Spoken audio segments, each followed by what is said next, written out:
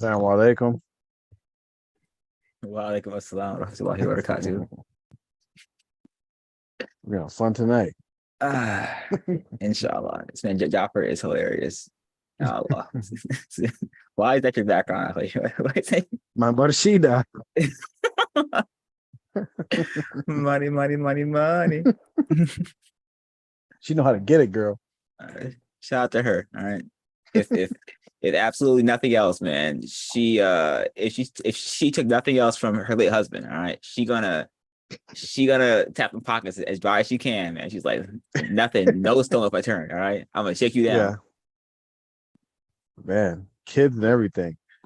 Goodness gracious. Safe. Oh wait, Mark's probably playing. I don't think I did it. Let me see. Make co-host. There you go. All right, cool. We're gonna get started in a few minutes, everybody. Just be patient. Waiting for our other co-host. Yes, he's on the way. Let's see. Hey, I mean, we have been talking about like doing shows every 2 weeks, but for some reason we've had 3 shows this week. Alhamdulillah. I mean, it kind of just like goes how it goes. Yeah. I mean, the last show was like 2-3 days ago. Jaffer was like, I'm sure something will happen in the time for 2 weeks in. What do you know? What do you know? Yeah. Y'all can help yourselves. We're just gonna have to keep. We tried giving them a break, and then they just like go buck wild with the dumbness. So now we're on this thing. We're like trying to address every little bit of dumbness that comes out, as it comes out, so they don't feel like they're getting away with everything. But every time they try to transgress against the people or something that the people should pay attention to, we're gonna try to address, inshallah. Bro, what is this? Hold on.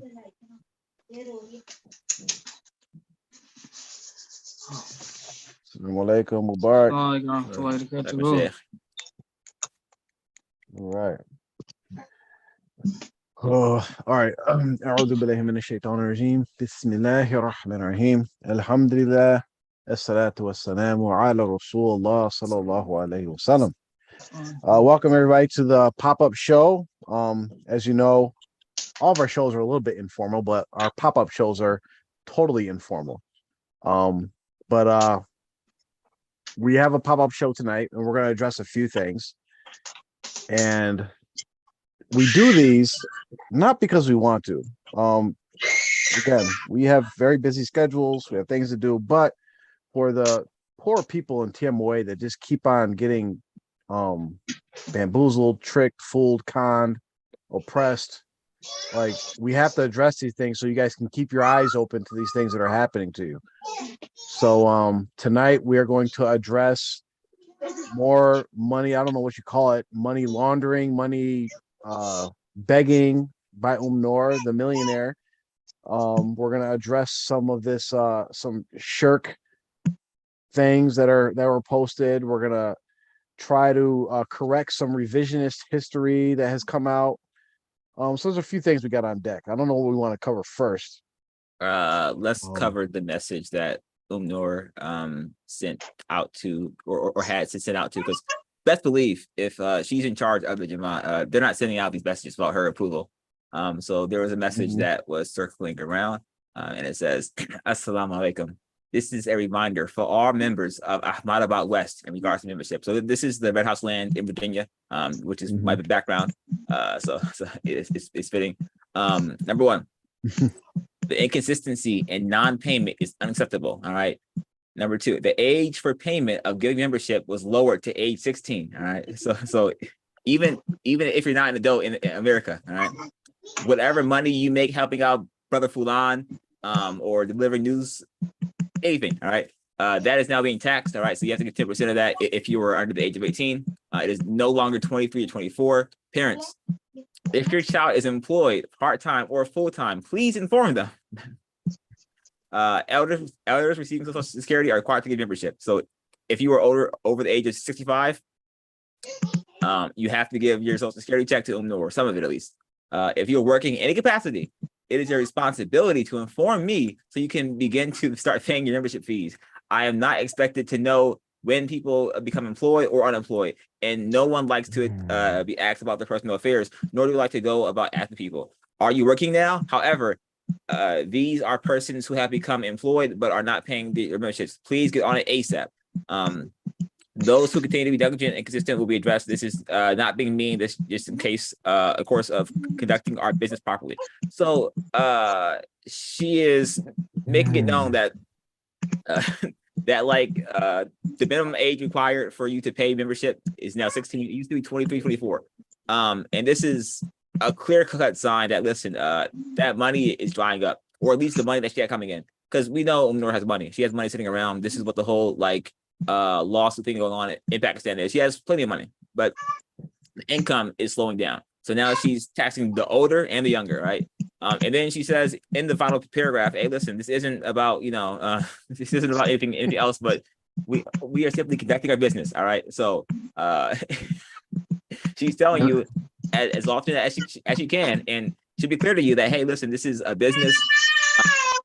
This is really nothing else more. Like, you guys are, again, you're paying for the world's worst country club. All right. Because I've given past this place in the past month or so. It looks the same as when I was there. So the trailer parks are still there. The grass is unkept. The roads, and none of that money is going to go to that. It's all going to pay the pockets of Umnor and whoever else gets stipends. Whoever, like we seen in that little trailer that Fatima and Sarmad and I guess you can call it the Sultan crew, they put out a little trailer to the little documentary we're working on. And so for those of you who don't think that you pay for their lives, there's a text in there that verifies it. Umnor threatens Mudasa that I'm going to take away your stipend if you keep taking clothes out my store or something like that. Yep. Right. So she threatened that you're paying their stipends. None of this money is going to you. And let's I have a brief history. Well, it's not brief compared to some. Some have been involved with TMOA from the beginning, and they're still alive today. Right. So they know more of the history from it than I do. But since I've been involved with TMOA, at one point, people were paying 100% of all their income. That includes food stamps, Social Security, survivor benefits, anything. They were giving it all, right? That's one. At another point, it was 30% of all your income. Okay. Then at another point, it was 10% of all your income. And that's for the longest time, it's been 10%. And at another point, they clarified that it's not 10%, or the percentage doesn't come out of like your disposable earnings, like after you pay your bills and your necessities, food, utilities, and all the things that you need to live, then you take 10% out of what's left. No, you take 10%, you take your percent off the top. So 100%, of course, is everything. 30%, 10% off the top. So whatever's on your check, not what you actually received, because they take taxes and all that out of your gross check. You pay 10% out of that. Okay. And they even clarified to say that, okay, people that get any type of income, people that get Social Security, right?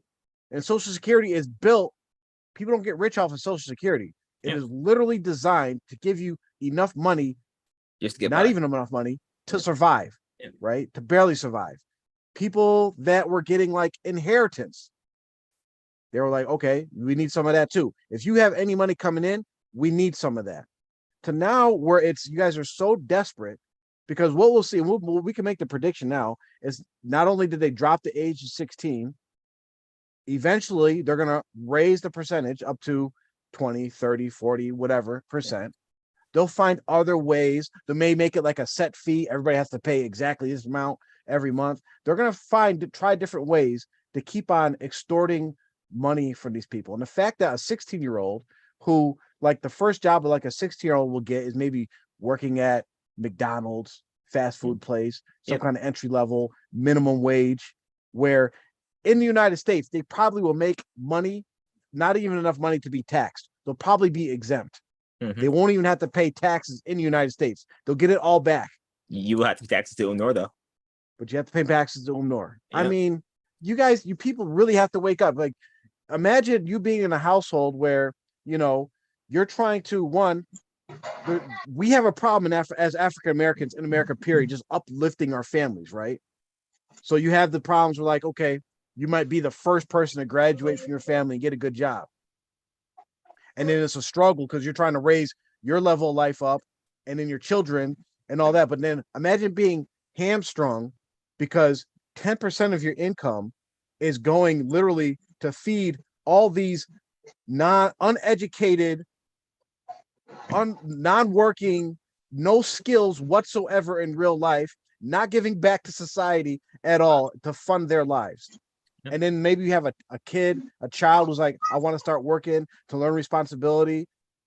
They're getting little checks, maybe $50, $60 here and there, working part-time, and they got to give, part of that money. And 10% might sound like a little bit of money, but let's look at it.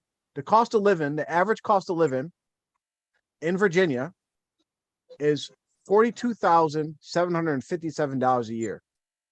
Okay. So let's look at, according to the cost of living in Virginia, 10% of that is $4,200. Right? Okay. Housing and average cost of housing utilities per year in Virginia is $8,535. That's half of a person's cost of living, or half of the percent they're paying to Noor. Right? Healthcare, $6,361.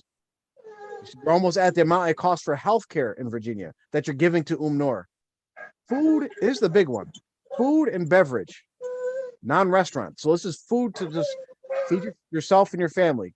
Average is $3,538 per year. You're paying more to Noor than you are to pay yourselves and your families to feed yourself. So it's really sad. Y'all have to really wake up, and y'all have to stop giving her money. So, I mean, sorry for my coming in late. Oh, go ahead. few housekeeping things before I jump in here. But so has anyone actually said, I mean, what exactly this is for? Now, I know in the past they have said, oh, it's for different things. And then they finally admitted that, yeah, it goes overseas to Gilani or whatever. We know that they're fighting about the money now, but I just wonder if we give them, or try to give them a little bit of credit, or has anyone said, because in this message, I'm really trying to look and see if it says this is for, your local community, running the local community, paying, the lights or the water, the trash bill, or, whatever, some sort of amenities that are being provided by the local jamaats or the lands or whatever.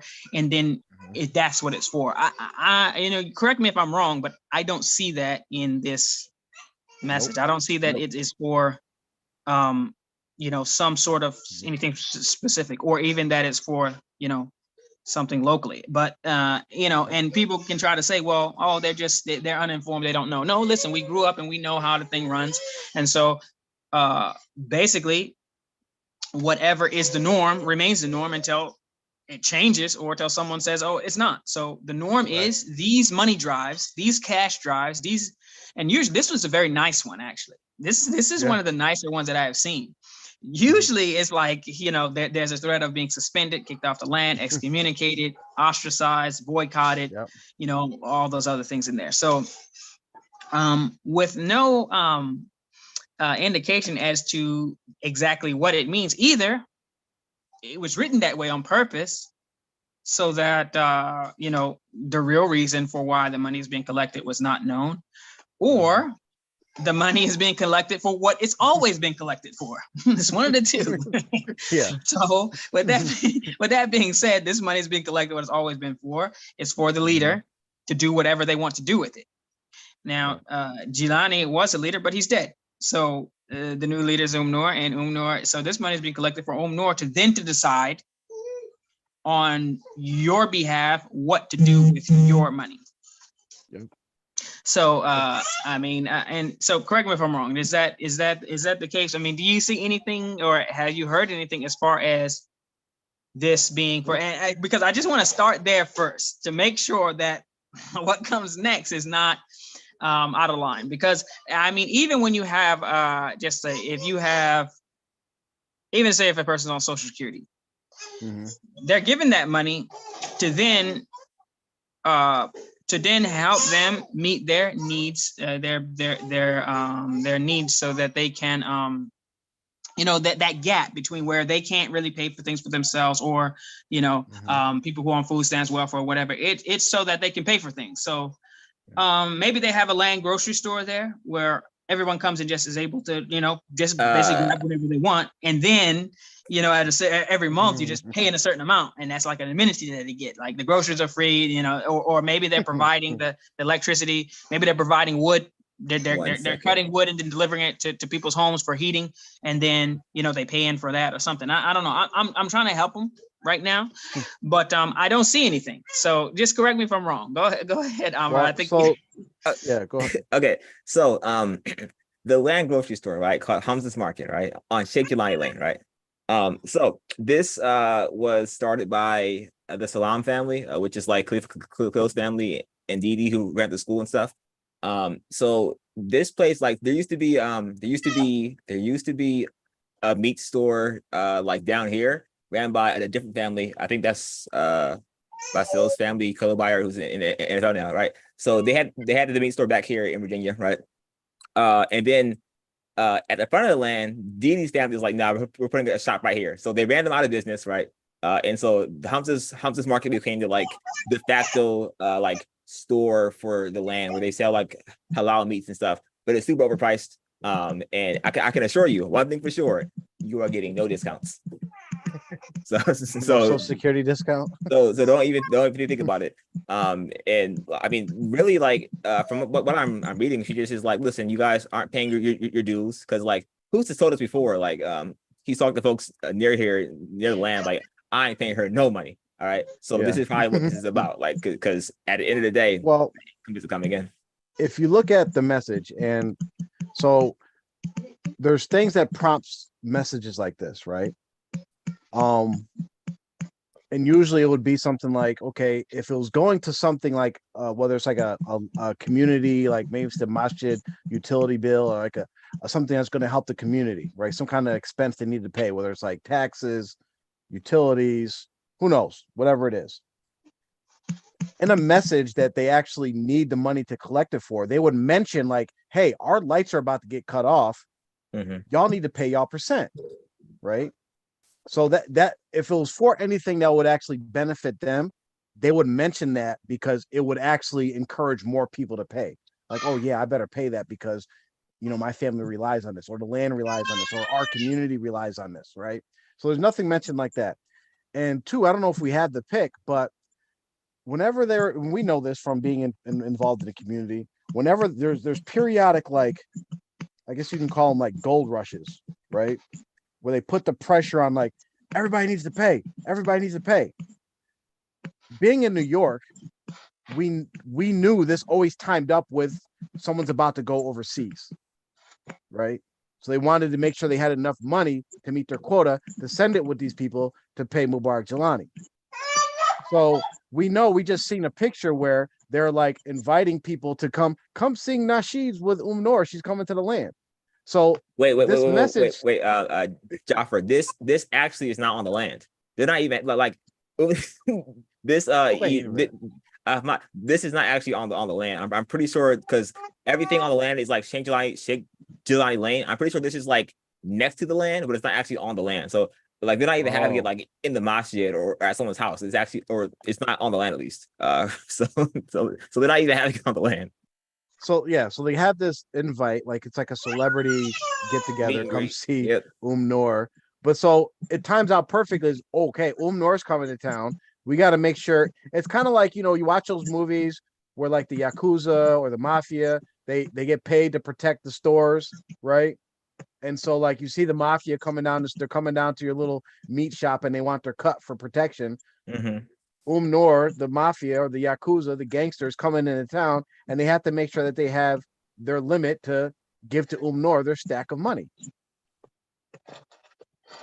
I wonder if she's gonna lead the Juma also.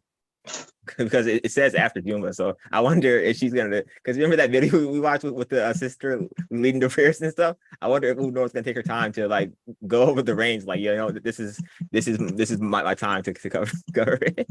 I wonder if she's going to participate in the. So she doesn't lead it. I wonder if she's going to follow someone in Salat, or would she be like the rest of the admin who kind of like doesn't attend, sits in their houses? I mean, she's a girl, so she doesn't really have to attend the Juma. So I guess she could use that. But she's gonna be on land anyway, so I don't know what else she'll be doing. Yeah. But I mean, it's ridiculous at this point. Like 16-year-olds, you're having teenagers, children, pay into this corrupt system, and I hope none of them are dumb enough to do this. I hope they say, "Umi, Abu, no, I'm not giving any money to these people. I don't even know them." I mean, let's be real. You don't know them, and they don't give two craps about you. Okay, so sorry about that. I apologize. I had to deal with something real quick. I'm back. Okay. So now being that this is just much of the same, much of the norm, let's start from the ground floor. What does Allah say?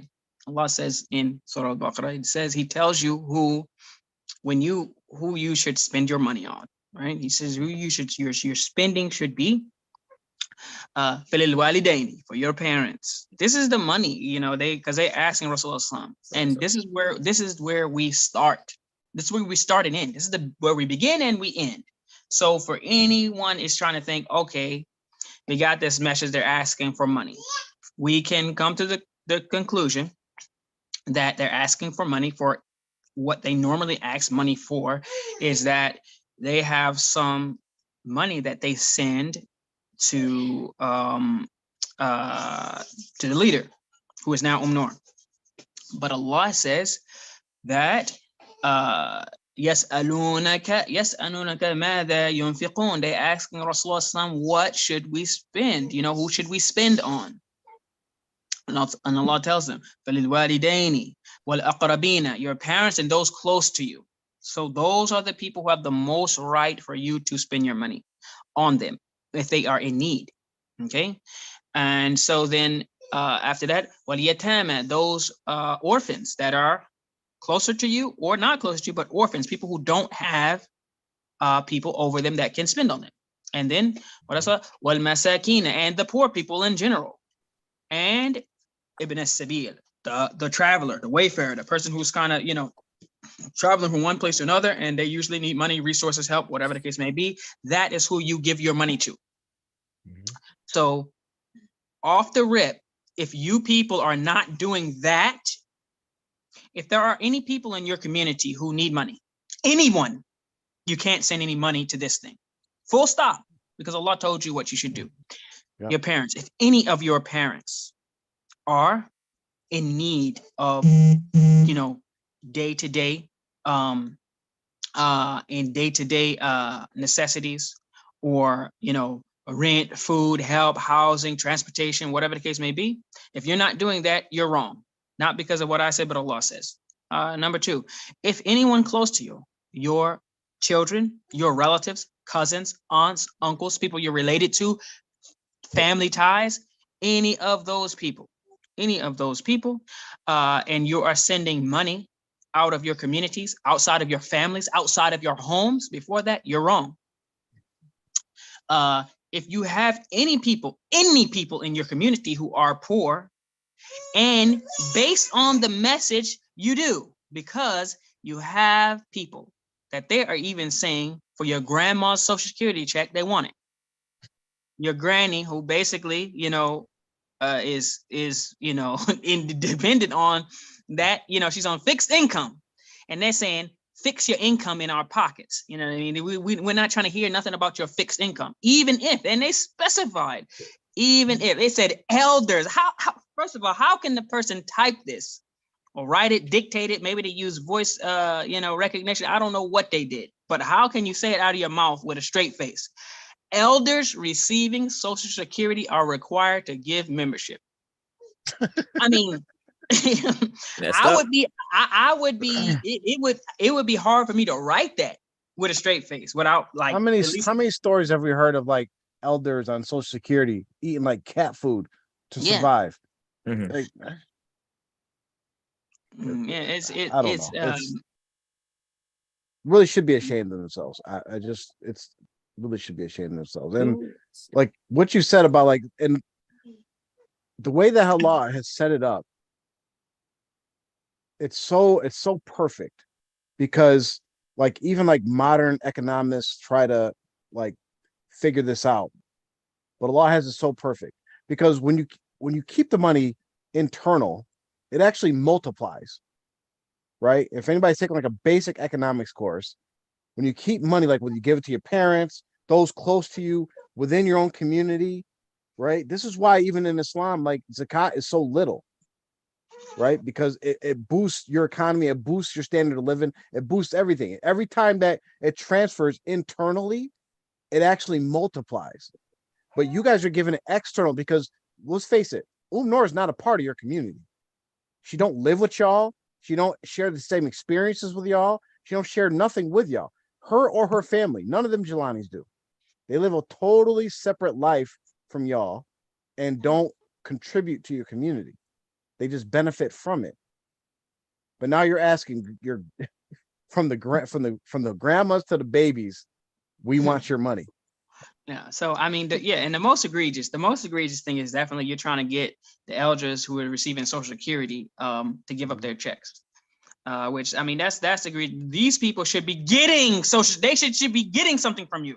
These people who y'all claim, oh, the founding mothers and fathers, XYZ, they should be receiving something similar to Social Security from the Jamaat for all the years they put in. See, this is a bunch of fluff, and it's a bunch of phony baloney in how y'all say, oh, the founding mothers and fathers and XYZ, when the government, pays them for their service, for their time put in, for their dues put in, but you don't give them nothing. Actually, you're taking from them. I mean, that's a joke, man. That's actually that's embarrassing, and it's shameful. It's shameful, actually. And we have stories of individuals, like I can think of multiple elders up here in New York, where their houses are literally falling apart around them, right? Elders that are like in their house sick for weeks, no one's seen them, no one checks up on them. And these are the people that you're supposed to be, the founding, like you said, the founding fathers and mothers, and we're going to honor them and respect them and this and that. And these people are literally dying alone, poor, on your watch. People that literally built this community. And then when they die, you can't even afford to bury them. So you go to some other Muslim community to ask them, hey, can you help us bury this individual and find us a spot to bury them, because they pissed off Jelani at the end of their life and they can't be buried on our land. So we need to know, y'all ain't real Muslims, but I'm saying, can we use your your graveyard just a little bit? Ridiculous. I mean, this is the inconsistency and non-payment is unacceptable. Yep. I mean, it's unacceptable. Do you realize that most of the people in the Jamaat, for sure, but lots of the people, and let's be real, your community is made up of predominantly African American or Americans of African descent, or whatever you want to classify as, a bunch of brown people, black people, whatever you want to say. And they are, number one, not, most of them are on the poverty line or below, and some outliers here, for the most part, they're pretty much in that range of, either in the range of people who probably are going to be eligible to receive food stamps, or very close. So that's number one. So you don't know your own people. So first of all, the inconsistency in non-payment is unacceptable. These are people for the most part who are going to be inconsistent and have payment issues with any bill they might have. Yep. So for you to say it's unacceptable is being brain dead. You don't know your own people. These are people who, for the most part, are needing assistance from outside of their families and homes. They're actually needing assistance to come into their pockets, not out. That's why they're inconsistent, and sometimes they don't pay at all, is because they don't have the money. They actually don't have the money. There's some needs that are not being met. And for you not to realize that and say it's unacceptable, how do you know? Do you, I mean, are you now, maybe you are privy to their finances or whatever, but to say it's unacceptable, I think is not really being able to read the room properly and realize you're dealing with people who have incomes and a financial situation that's in flux for sure. Most of them are paycheck to paycheck, if not, just 2 paychecks away from, with a handout asking for money. I mean, you're even getting you're getting the flavor of it by the message when they say, when they realize, oh, people are not telling you when they're starting work or if they started back working again. The type of people who have a job today, next week they're off work, they don't have a consistent job. These are the type of people you're dealing with. Mm-hmm. So there's a certain type of people, they are always going to be employed. I mean, you're not going to be like, if you heard their name, you'll be shocked if it said, oh, yo, so is not working. Like, I don't want to use anybody's name. I'll use Jaffa, for instance.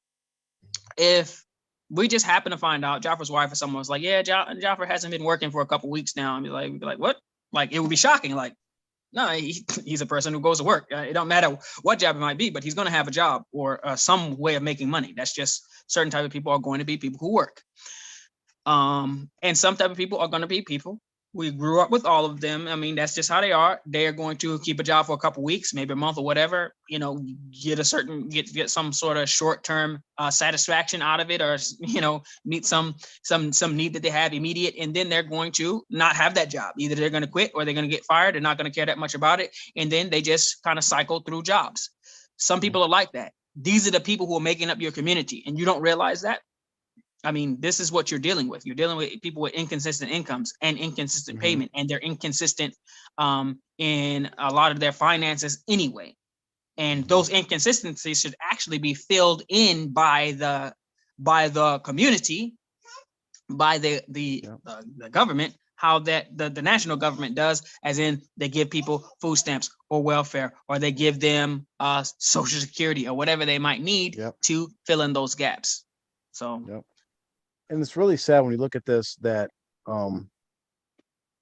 we look at Islam, like compare everything to the Quran and Sunnah. Don't use your own logic and try to compare it to like, well, Christians collect tithes, and it's, don't compare it to that. Okay. Because one, in most religious groups, when they collect money, whether it's fees, tithes, or whatever you want to call it, there's an accounting for it. You can go and say, hey, where did all of our money go? Where did our hundreds of thousands of dollars that you've collected over the last year, what did you use it on? Did you use it to fix the church? Did you use it to fix the roads? You can go and see that. When you can't see that, that means there's corruption going on, right? Or you're part of a cult, which we know this is. Secondly, when we look at the Holy Quran and Sunnah, Mubarak gave the breakdown of what you're supposed to spend your extra money on.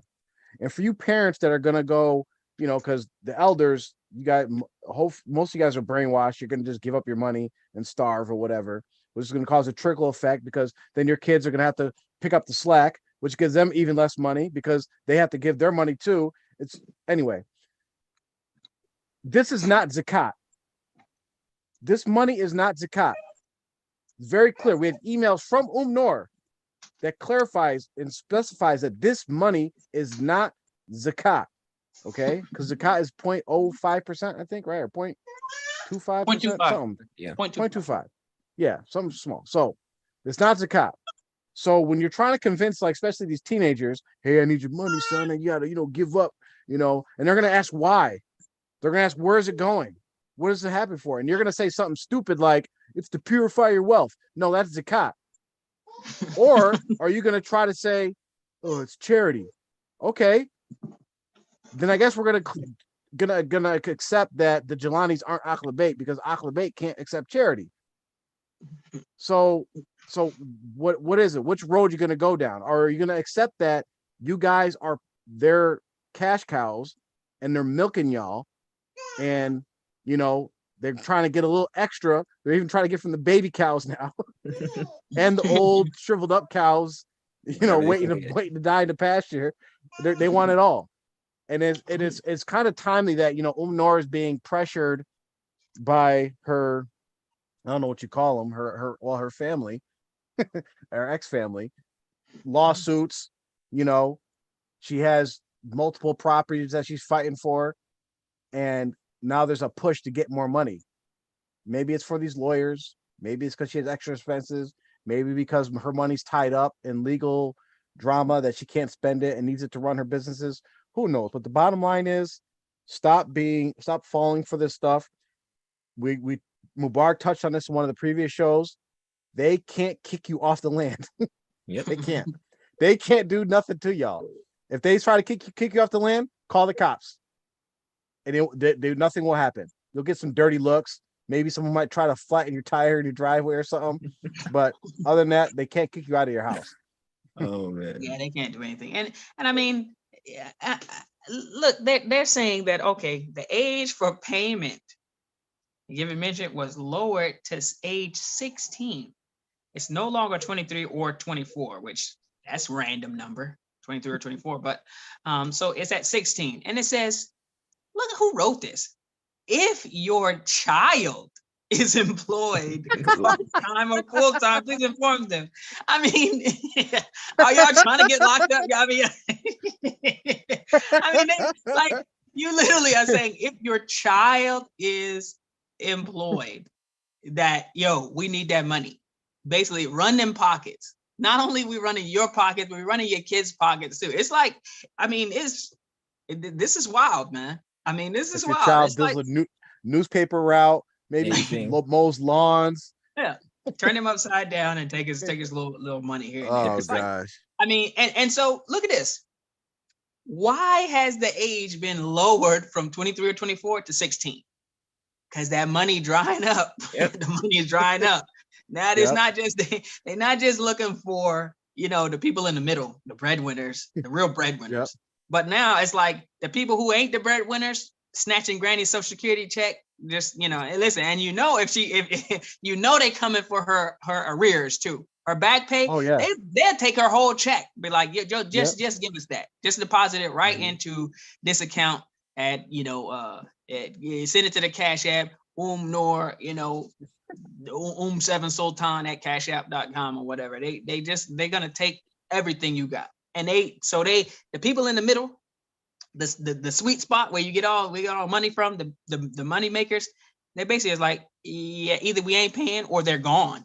Yeah. And then you have the people who literally a 16-year-old, probably that's his first little job, first check. They're like, as soon as you get it, as soon as you get that check, come this way. I mean, it's like, what are you teaching your kid? You're indoctrinating them early, and you're desperate. Yeah. So you're trying to get the pennies from the people at the top and the people, all the way at the bottom, to make up for why you're not getting the money in that you need. What was the message I said before? We have no money to run. We do not have any money to run the Jamaat. Yep. That's what the girl said in the previous message, right? We have no money to run the Jamaat. Why? When you got to lower the number, it's because obviously. And so this fake, after 40 years of perfect guidance by a perfect Murshid and blah, blah, blah, you're literally worse off than even some little, ghetto churches or whatever run their joint better than this, where, I mean, they at least have, can run their operation. You got a previous message from the leader when she said they have no money whatsoever to run the Jamaat. And then you got people that literally are trying to take, the weakest amongst you, trying to strong arm them for their money. So you got to look at yourself and say, hold up, we got to stop fooling ourselves and know that after a 40-year run, this is actually what you've been taught. This is the fruit of what you've been living and running on the whole time. So when you are running on fear and being afraid of being ostracized, afraid of being kicked out, afraid, at one point in time was even afraid of being killed. But now, what the problem is that nobody's really scared. More people have just been like, you know what? I don't care. I'm not paying. Just like in the message said, some of you are just your inconsistency and non-payment. So people are just like, yo, yeah, I'm not paying. And and it's like it's unacceptable. You're actually gonna have to accept it. So listen, I mean, the smart ones, I mean, we know our people, our ex people. The smart ones heard $5 million. The first time they heard $5 million, it was like that's it. Nah, wrap it up. Never again. I ain't giving them a dime. I'm not paying an E I'm not paying a tax, road tax. I'm not doing a nothing. $5 million. Yeah, talking about it's unacceptable. I mean, seriously. I mean, it's over. I mean, listen, when you don't have no money to run your government, your Jamaat, your organization, and you're literally you're getting down into strong arming the children into working. I mean, that's one of the signs of societal collapse. You're forcing the kids to work. Child labor. Go to the coal mines, kids. Yeah, I mean that's a strong indication that what you have been doing, just organizationally, as far as just the organization. I mean, we can get into the religious aspect. I think we've done that very well. Just the organization is a complete disaster. It's a dumpster fire right now. I mean, that is the definition of what's going on. It's a complete dumpster fire. That's a dumpster that has trash in it that also has a fire in it. So if anyone doesn't understand that. Let's go another level. Like, so remember, like, because Mubarak Jelani is solely responsible for producing all these doctors and lawyers, right? Engineers, yes. Right. So is there like a TMOA scholarship fund that I'm not aware of? Because like any kid working at 16 is solely working just for a little bit of extra cash here and there, maybe saving for like school or college, or possibly marriage. Yeah, like, I want to. So maybe like if they give to this percentage, like when they get accepted to a college, so they can become a doctor or a lawyer, or engineer, according to their perfect Morshid Kamil's instruction, maybe there's like some money that Nora will give them to help facilitate that. Is anybody aware of any scholarship fund? I am aware that you can attend IQU University online and get your degree there.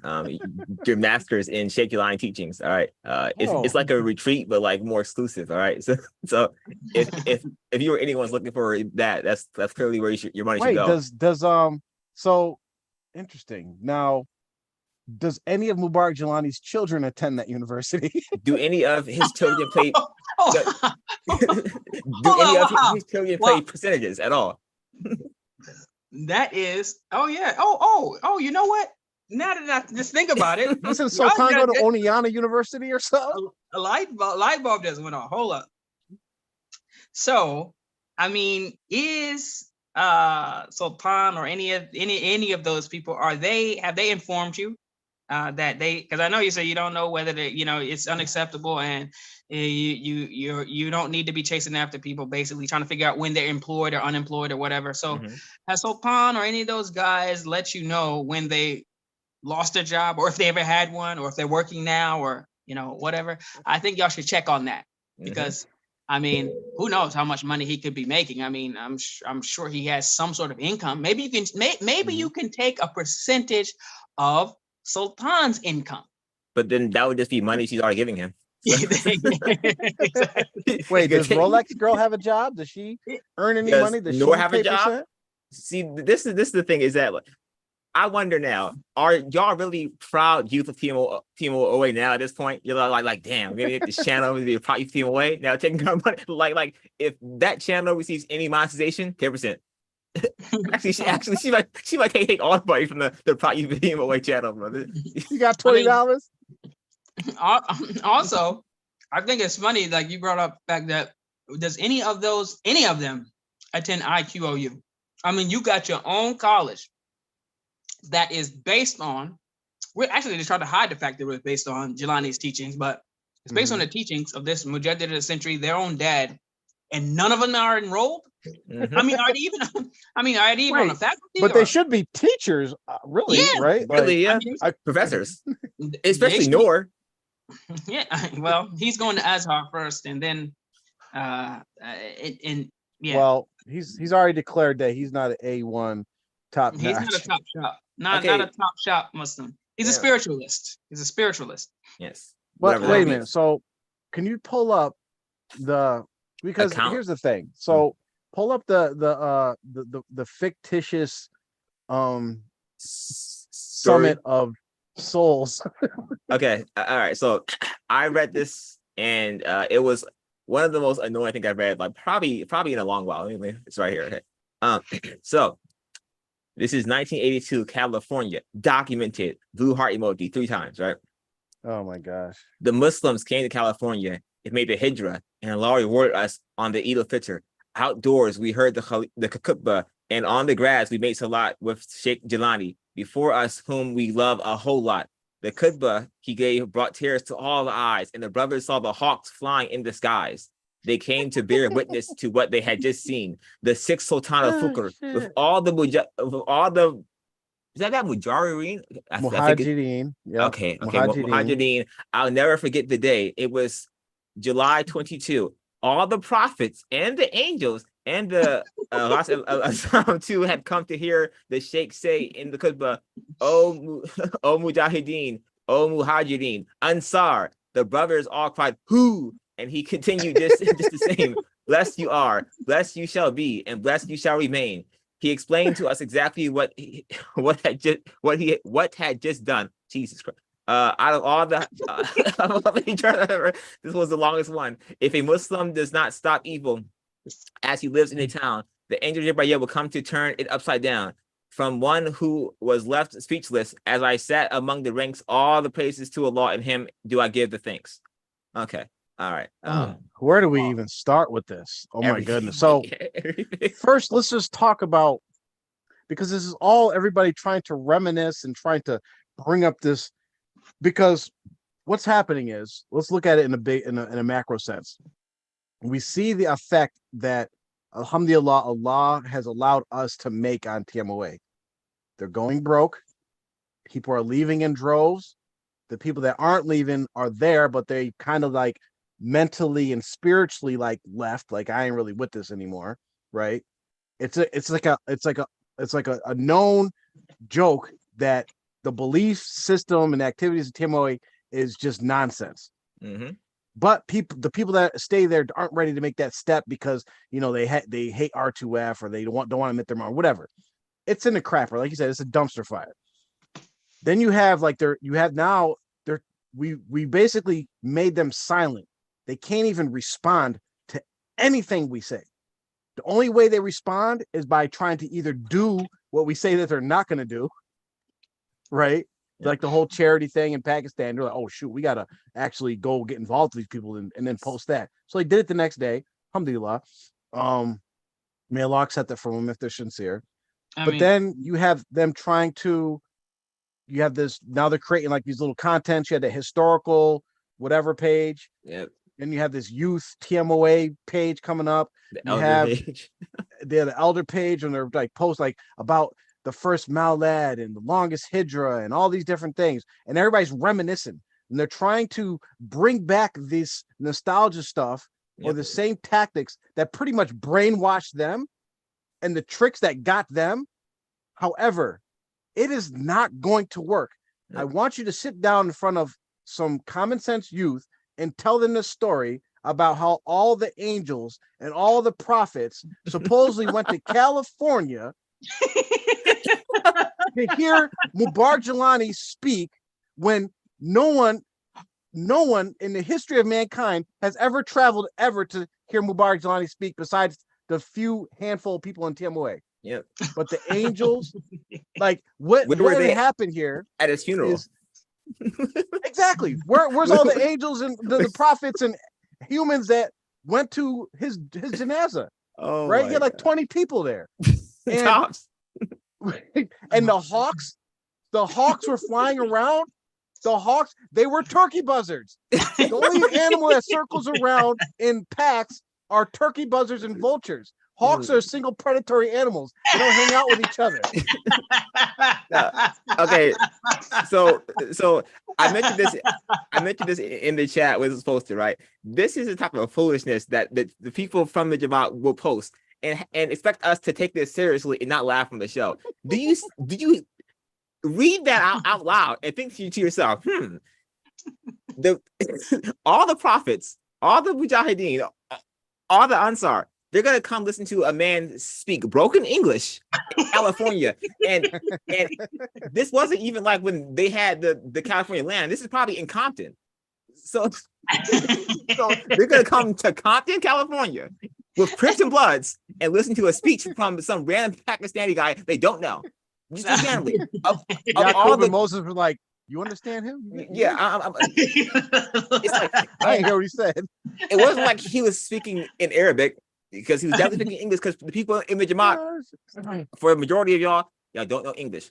And so they're gonna come listen to him speak his broken English to them. Like, Mubarak posted a photo of a sheikh, a scholar, a teacher. He had like 100,000 folks there listening or for his janazah, right? Mubarak Jelani had more flies there than he had human beings for his janazah, all right?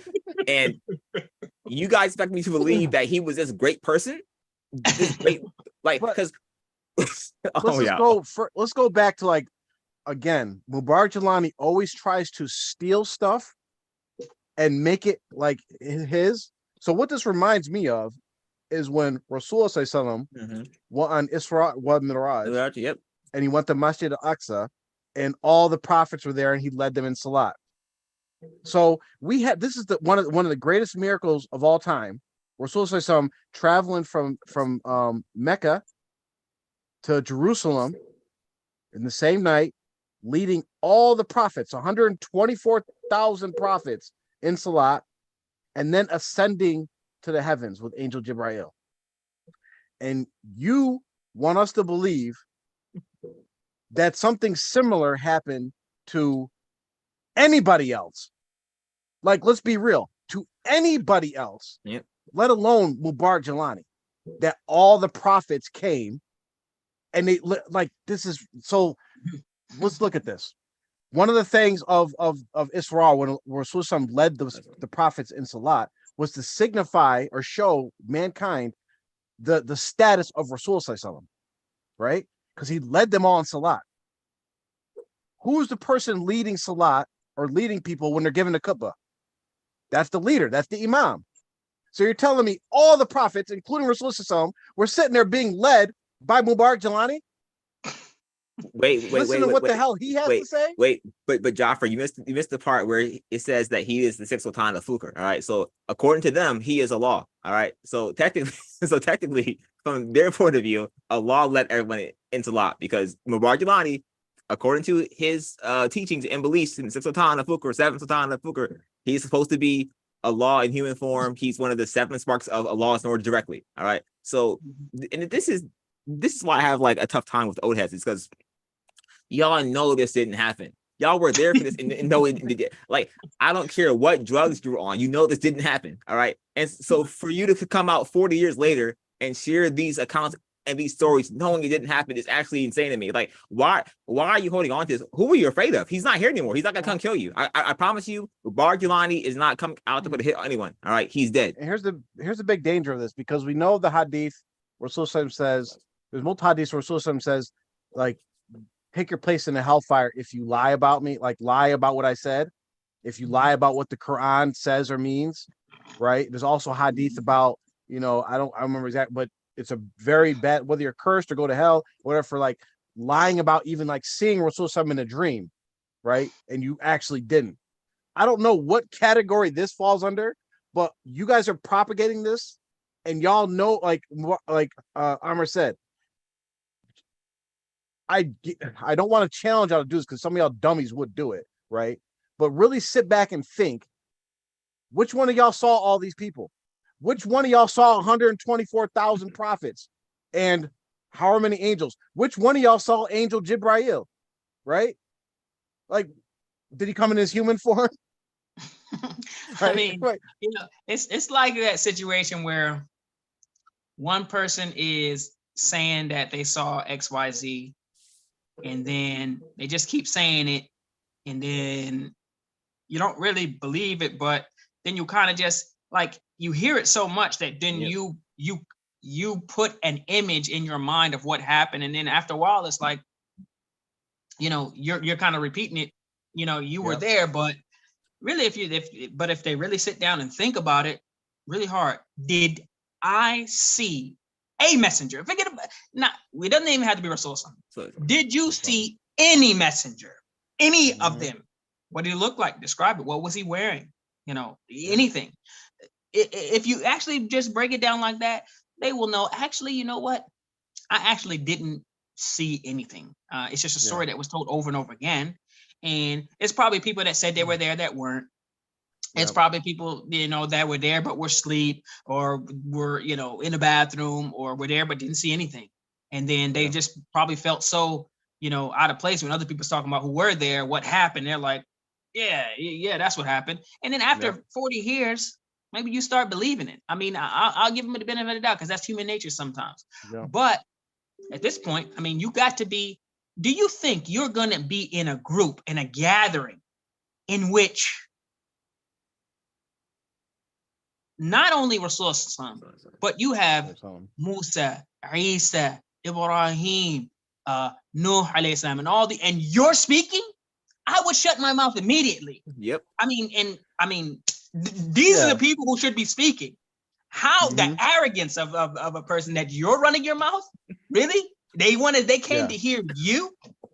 What did they come for? I mean, that would be the most ridiculous thing. I would be like, yo, excuse me. This is Rasul. I would not have known anything that was said by anyone else. If Rasul is in front of me, I can see him. I'm out. I'm going straight to Rasul. I don't care what you're talking about. Yeah. Like, look out. Like, we know about the in situations in the Sirah, like when Abu Bakr was leading Salat and Rasul came, and Rasul even told him, like, no, like, go ahead and finish. He's like, nah, that ain't happening. Like, it's not befitting for me to lead the Salat when you're here. So it's befitting for, we know that Abu Bakr is the best Muslim besides Rasul sallallahu, number one, right? But Mubarak Jalani said, I'm gonna give these kubbah to all these prophets. I got this, and then he refers to everybody as the Muhajirun and the Mujahideen and the Ansar. Okay. Mujahideen and Ansar, they aren't the same. They're not the same people, right? You're either a Muhajir or you're an Ansar. This man both. Yeah, he literally just took a story from the Sirah, cookie cut it, flipped it around a little bit, told them it was for them, and did a hodgepodge. And these people didn't know. They didn't know the religion. They maybe they might have been familiar with it, but just like the sister last week, who she said that she was an Islamic studies teacher, and then she literally had to chuck all the stuff that she was teaching basically to the side, because Jelani was coming and saying stuff that was different than that. But she never actually came and said, well, I verified that, what he said was in Sahih Bukhari or Muslim or the Quran, the Sunnah, something like that. She just realized that, wow, how were you ever an Islamic studies teacher? How did you start teaching Islamic studies? From what? What sources? So were you teaching from authentic sources? If you were, the burden of proof is on him to prove to you why you should change anything that you're doing. If you're teaching from the Quran, from the Sunnah, and from the authentic, sources of Islam.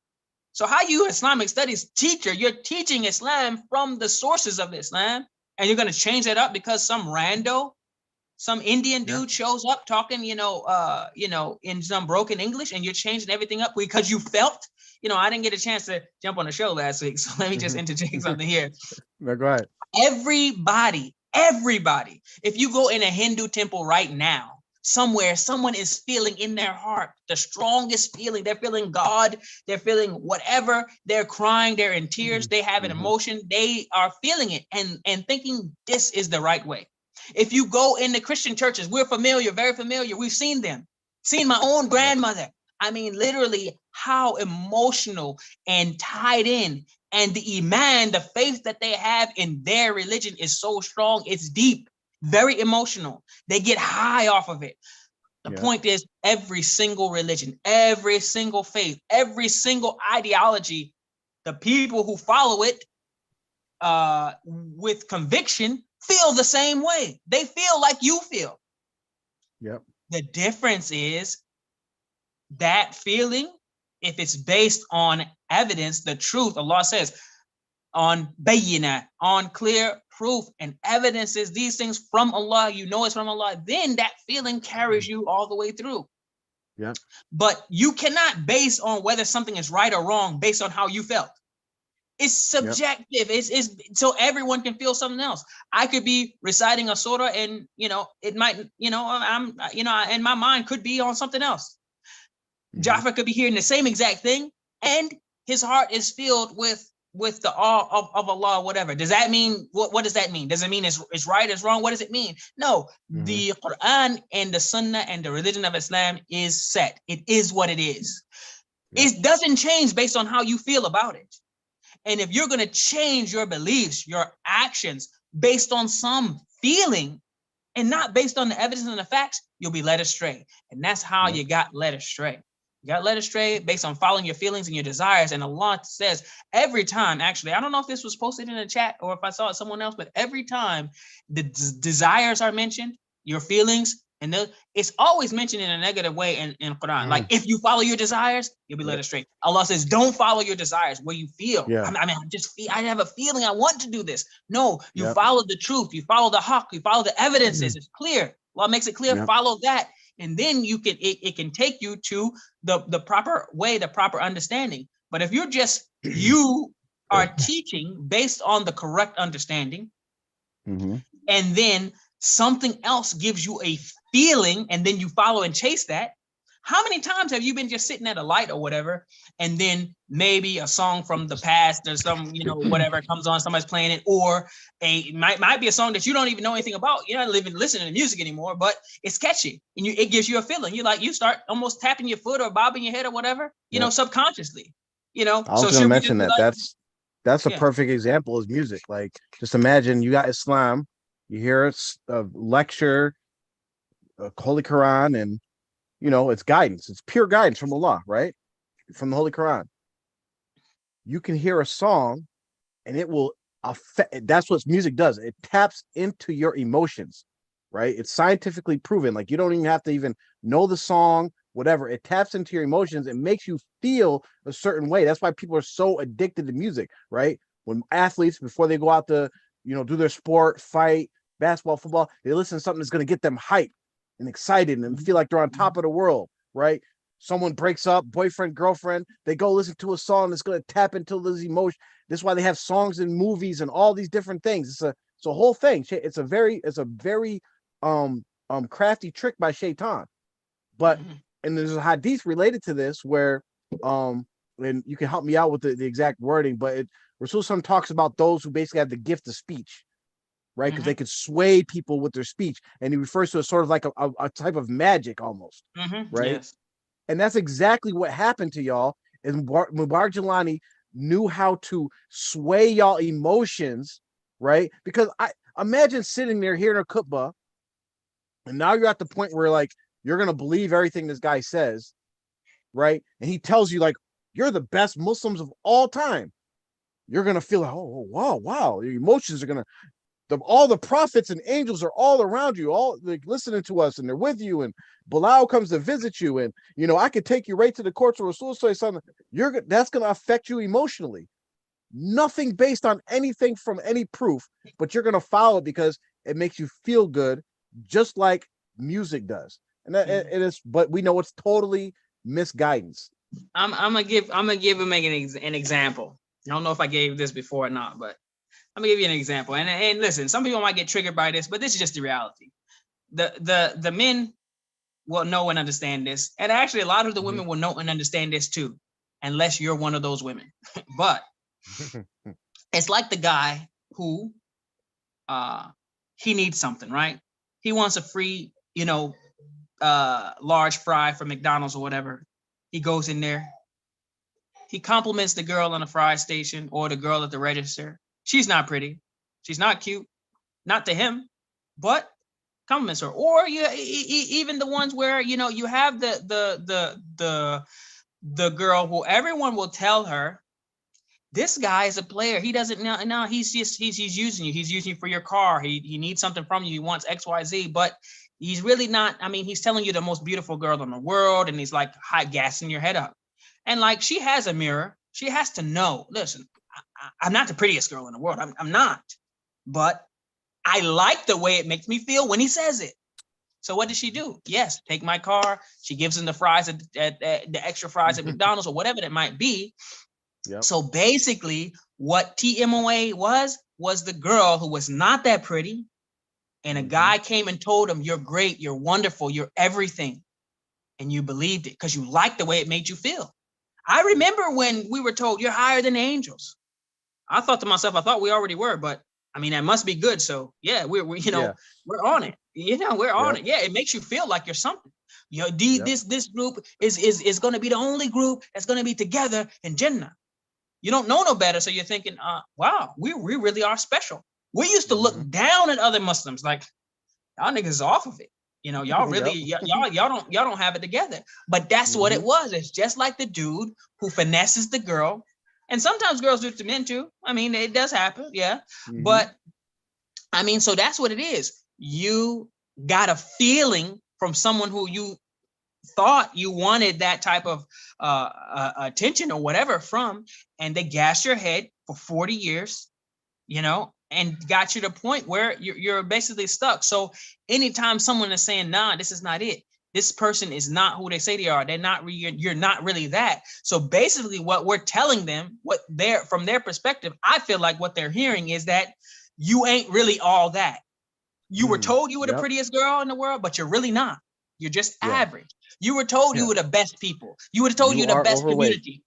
Yeah, you were told that you were the best people in all of mankind, and that, you know, Rasulullah loves you, your specific trailer park community, more than anyone else. And for us to come and tell you, no, you're really not anything special at all. Actually, you're backwards and you're wrong. Yeah, they don't want to hear that. It hurts. Yep.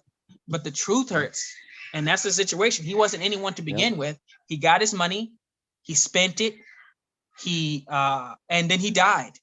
And now someone else is trying to do the same thing, you know? And now you also, with that, you also have to throw in the fact that, okay, they don't want to lose that special status and all that they believe, but you have people who have literally died for this, killed for this, robbed, like all these different things for this. People that have now, like, we're going to multiple generations, their parents and their loved ones have died upon this. And I was talking to one individual, and one of the main things that she kept going back to is that her mother passed away, and Jelani told her that she was in paradise and all these different things. So to let go of that falsehood of Jelani, you have to let go of that idea that everybody wants to believe that their parents are like in a good place after they pass away. But as Muslims, we know that we don't know. That's why we make dua for them. That's why we become good Muslims, so they can get credit for raising a good Muslim child and all these different things. But a lot of these people don't want to face the harsh reality. And this is really why we do what we do, is that some people did not die in a good light because they died upon this falsehood. And that's the reality of it. And hopefully our hope is that maybe Allah will give them some leeway for ignorance or whatever. We don't know. We don't know how Allah is going to deal with it. Maybe they didn't understand the falsehood. Maybe they didn't actually really fully believe in the shirk. Maybe. We don't know. But going forward now, there's no excuse for anybody for any of this stuff, right? Now is the time for all of you guys to say, you know what? We have to put our foot down here, because this is what's going to happen. All you young people that you're realizing that, yeah, this is a bunch of bull crap, but I want to hang around because my parents are here, my friends are here, this is my social community. What's going to happen is 10, 20, 30 years from now, when you really start locking in on your deen and want to practice the right way, and you're really concerned about your hereafter, you're concerned about your children, you're going to be in the same situation as a lot of us, where you're trying to step away from the falsehood, and now your kids and your loved ones are still stuck, and you're the one that's cut off, and now you're really worried about all their hereafters, So yeah, you got to tear that Band-Aid off now, because I thinking about it now, and it's like I look at my situation and Jaffar's situation. No, I don't want to put you on the spot, Jaffer, but we're kind of like we did the same things, but at different times in our life. Where my oldest child was 2 years old, and I left basically with his mother. So it's like I didn't really have that situation. Now I'm thinking now, if right now I have teenagers, and like if I had to literally be in a battle with them, I mean it would be like devastating. Look how hard it would be. And so my ability to kind of get away and keep my children away was easy, because I was out when they were young. And so they didn't have that that indoctrination and that pull, and then being on the land sometimes and off the land sometimes, and so you had to go a much harder route, as in like you got, at best, you have half the time where you're trying to fix all the the cult stuff and the shirk stuff out of them and pull. And so it's like it's an uphill battle. It's almost I don't want to say it's impossible, but because Allah is the one who who has the final say. But if you look at the situation, it's a much harder way. Was it hard for me? Did it hurt for me not to be? I mean, the thing that hurt the most was I didn't get to play basketball all the time with the people who I normally play basketball with. But for the most part, that was the thing that I think about the most. That was hard. Like I did not like that part of it, not being able to just go in ball with the people I like to ball with. But the thing is, that was a Band-Aid that I had to tear off. Now, had I waited and then have my teenage children literally having like this is my friend, but your friend is talking about the seven sultan, this is shirk. I mean, but is it really that bad? They're looking at their friend and how much they love their friend, and they can't separate. They can't actually, they can't think of themselves. And this is what a lot of people are going through. They can't think, no, my dad is not going to hell because he believes in the seven sultans. No way. I just can't believe because he's a good person. Listen, these are things that Allah says he's going to throw some people in the hellfire, and he's going to put some people in Jannah. We don't know if we're going to be those people. We only know what Allah says to do to stay out of it. And you know what Allah tells us not to do. And so if we're doing that, we can expect the appropriate action to be taken by Allah. If Allah says, don't associate partners with me, and I'm going to sit here and believe and worship and think about a person being a part of Allah and being created from Allah. When Allah says, "Laysa kamithlihi shay," there's nothing like him. And you have people who are. I don't mean to go on a tangent. I'm sorry. But good.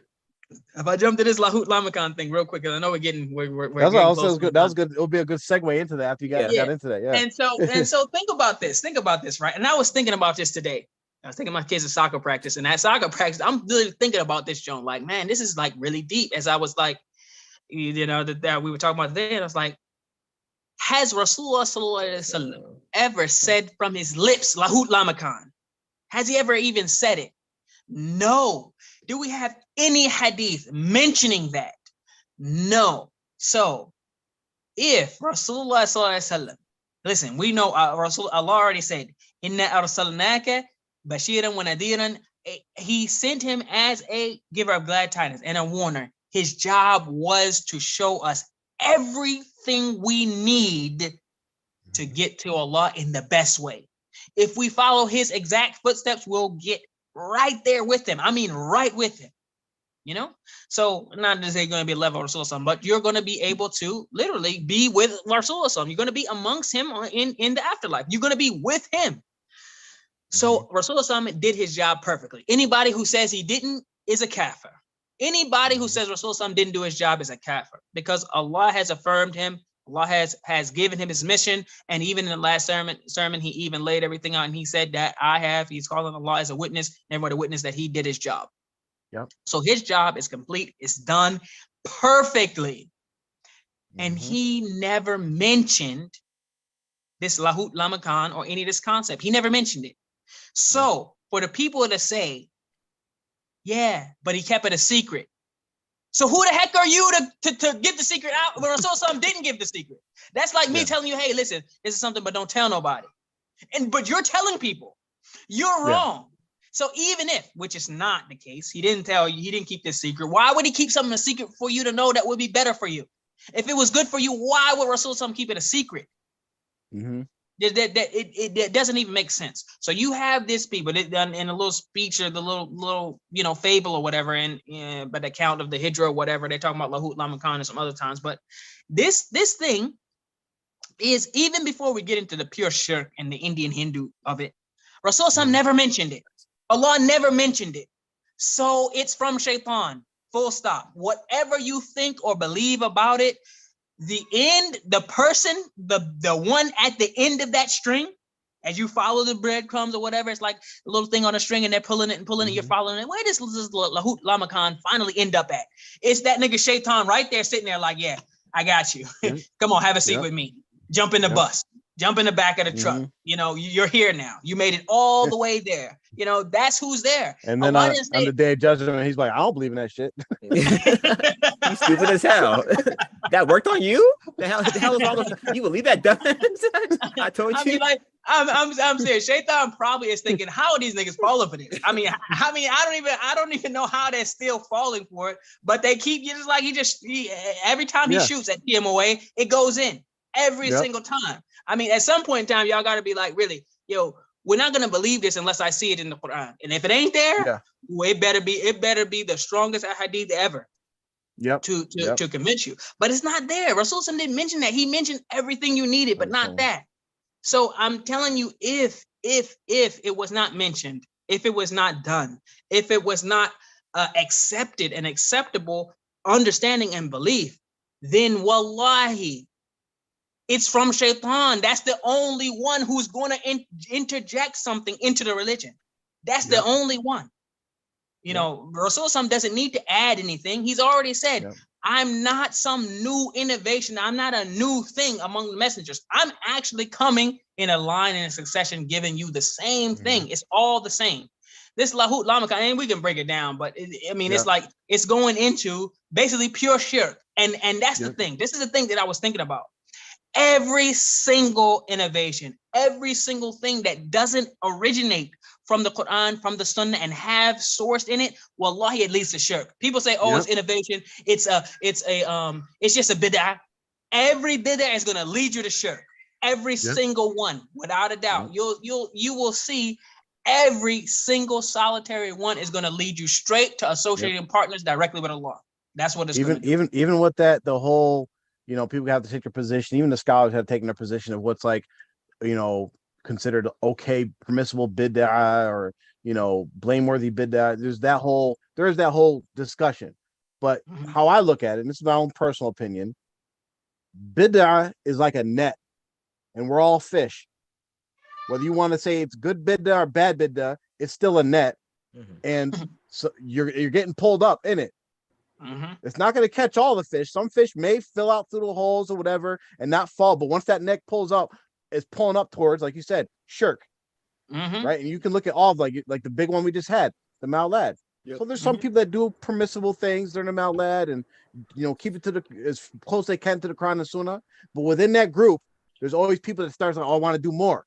I want to do more. I want to do more. And then eventually it gets to like we have in TMOA, where it's not even about Prophet Muhammad sallallahu alaihi wasallam, it's about like worshiping their sheikh, right? And that's what it all leads to. Even like this Lahut Lamakan crap, it would be one thing if it was like a language thing. Like this is the Urdu word for blank in Arabic, right? Like we say paradise. That's Jannah, right? We're not trying to make up a whole new thing. And this Lahut Lamakan, first of all, it's a Hindu concept. Right? Hindu concept that refers to the same thing as all these cult type groups all try to aspire to, which is this idea of becoming divine. Becoming divine. Whenever we hear about trying to become divine, right? Like we Buddhists, try to become Buddha, which is divine oneness or like whatever whatever. They all have this. It's the same thing over and over. You keep rising up these levels. Eventually, you become the one, the divine, the pure, the blah blah blah. It's all the same concept. Lahut Lamakan. Hey, In pull up the. Islamic Do we have the definition? The thing. I think somebody posted it early, like in the chat maybe. Yeah. Yep. But it was like it was crazy. I was on the move, so I couldn't really address it. But I thought that was so powerful. Where like the actual, like when you actually go into, and that's why studying and seeking knowledge and understanding your religion, the more you understand your religion, what is part of your religion, the quickly you'll realize what ain't part of it. Yep. And this is one of the things, like this literally is someone else's religion. This is a concept. It is a concept that an entire other religion is based upon. That would be like this Lahut Lamakan is the equivalent almost of us mentioning like the Trinity, you know what I mean? So it's like that is a concept that is a well-known concept in Christianity. See, y'all don't know nothing about Hinduism. Y'all don't know these things. So, and I'll put myself in that category too. I didn't know anything about it. So when I'm hearing Lahut Lamakan, I'm just thinking, oh, this is Arabic, some Arabic word, and I'm sure, you know, it's part of the Sunnah, whatever. But the thing is, this is actually an integral part, a focal point of another religion. I mean, he literally led y'all out of Islam to a whole nother religion. I mean, here's the definition. The definition of Lamakan in Urdu and Hindi, it means having no dwelling or place, omnipresent God. That's the definition. Yeah. And so that basically means in Hindu term, because I've taken classes on different religions, that in Hinduism, that's when you reach enlightenment. You are now one with God. All right. So you no longer have need for the worldly affairs that go on in day-to-day life. It no longer matters to you. You're in this outer body permanent state where you no longer need your physical form. So now you're just part of just God and the universe as a whole. That's what Hindus believe. So please listen carefully to me, anyone who hears this, because wallahi is so serious. I mean, this joint is so heavy.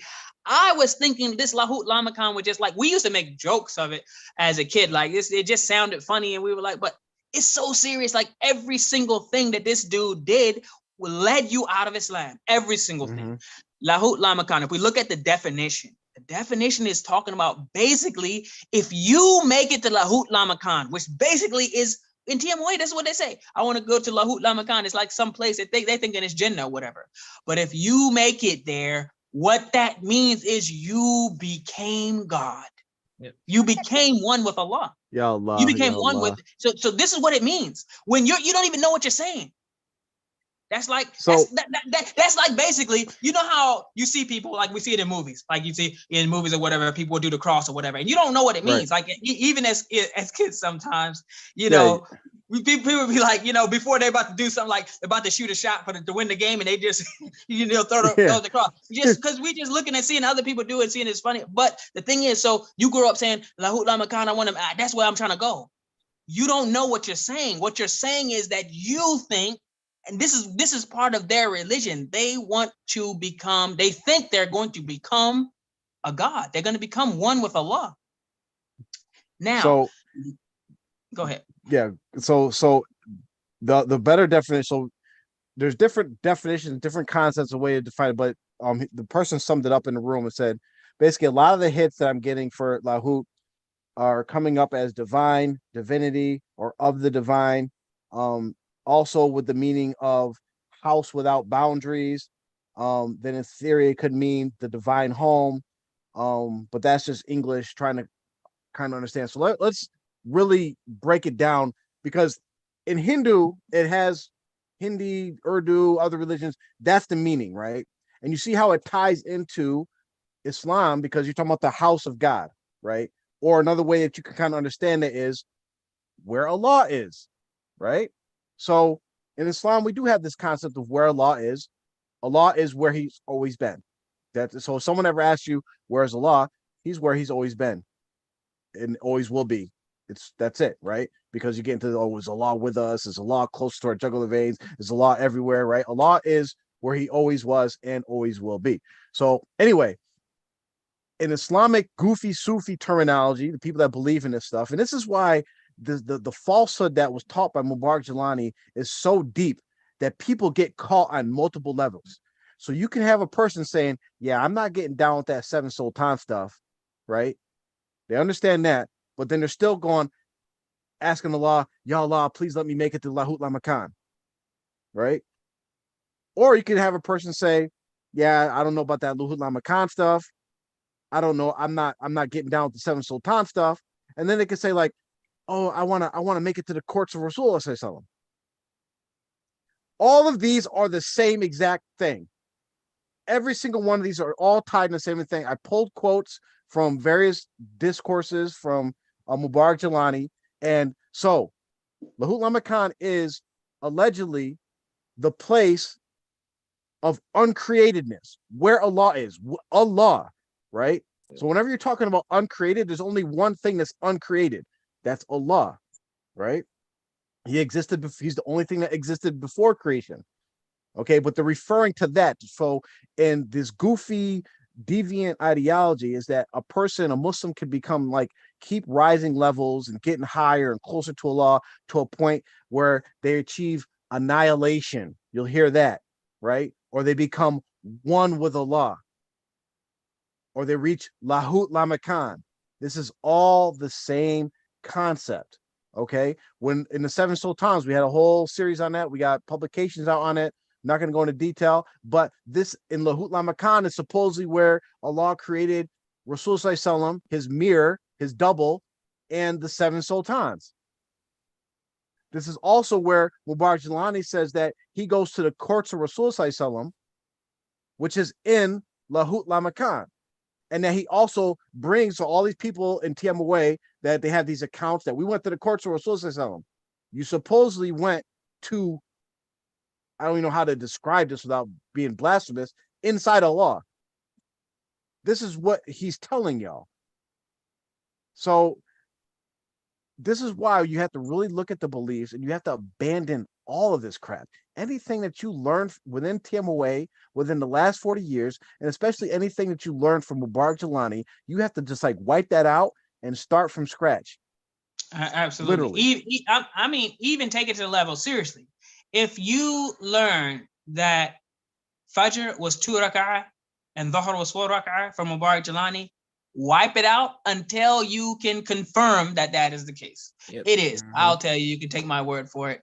Fajr, the Fajr is 2 rak'ah and the Dhuhr is 4 rak'ah. But even to that level, every single thing you can think of about the religion, if you got to think, where did I learn this at? TMOA? Check it. Double check it. Triple check it. You know, because it's a high possibility that it's wrong. And a lot of the things that are wrong, they're leading straight to shirk. Think about this. Just the thing is, once you learn actually the authentic sources in the religion, then you'll realize that this stuff has such holes in it. Like Jafar broke down. Okay, this place, Lahut Lamakan, the court of Rasulullah, and all this is the same place. They're taking you basically and saying that you are inside Allah, which now, what's wrong with that? Allah talked to Musa. How? Via a burning bush. Musa did not see him. He sure as heck didn't get inside or close enough to him to where he was in this Lahut Lamakan place where you're actually inside of Allah. The Yahud, the people, they said that they would never believe in Musa. The people of the Bani Israel in Musa's time, they said, we'll never believe in you till we see Allah face to face. They said, we're not believing until we see Allah, we want to see Allah. What happened? Allah actually struck them down. Allah showed them something. They didn't see Allah. And I can't remember exactly what they were shown, but what they were shown, it killed them. They were killed immediately. And so this is to show that no one is seeing Allah.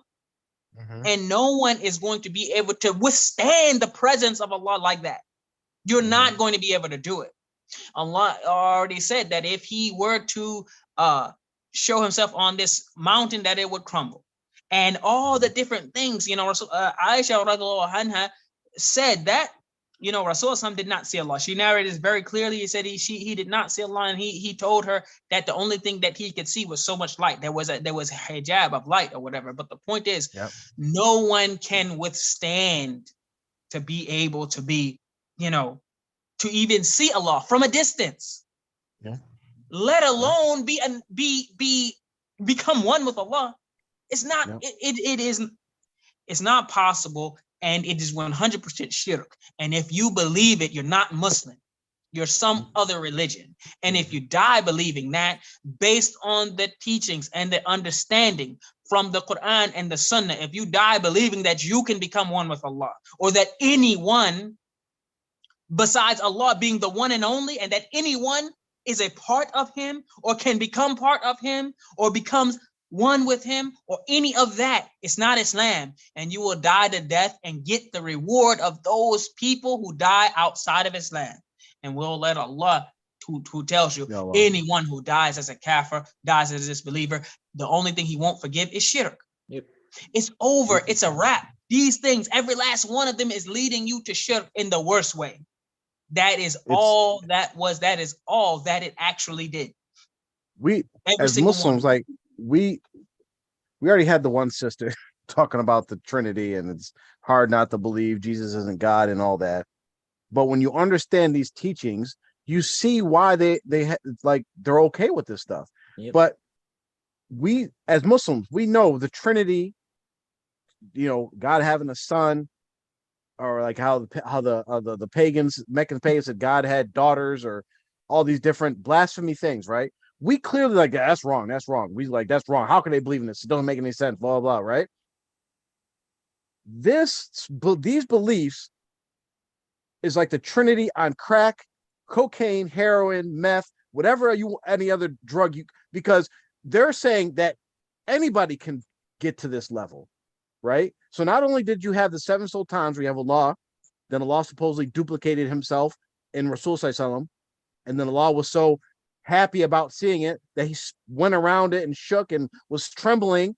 So 7 more sparks came out. So the 7 sultans.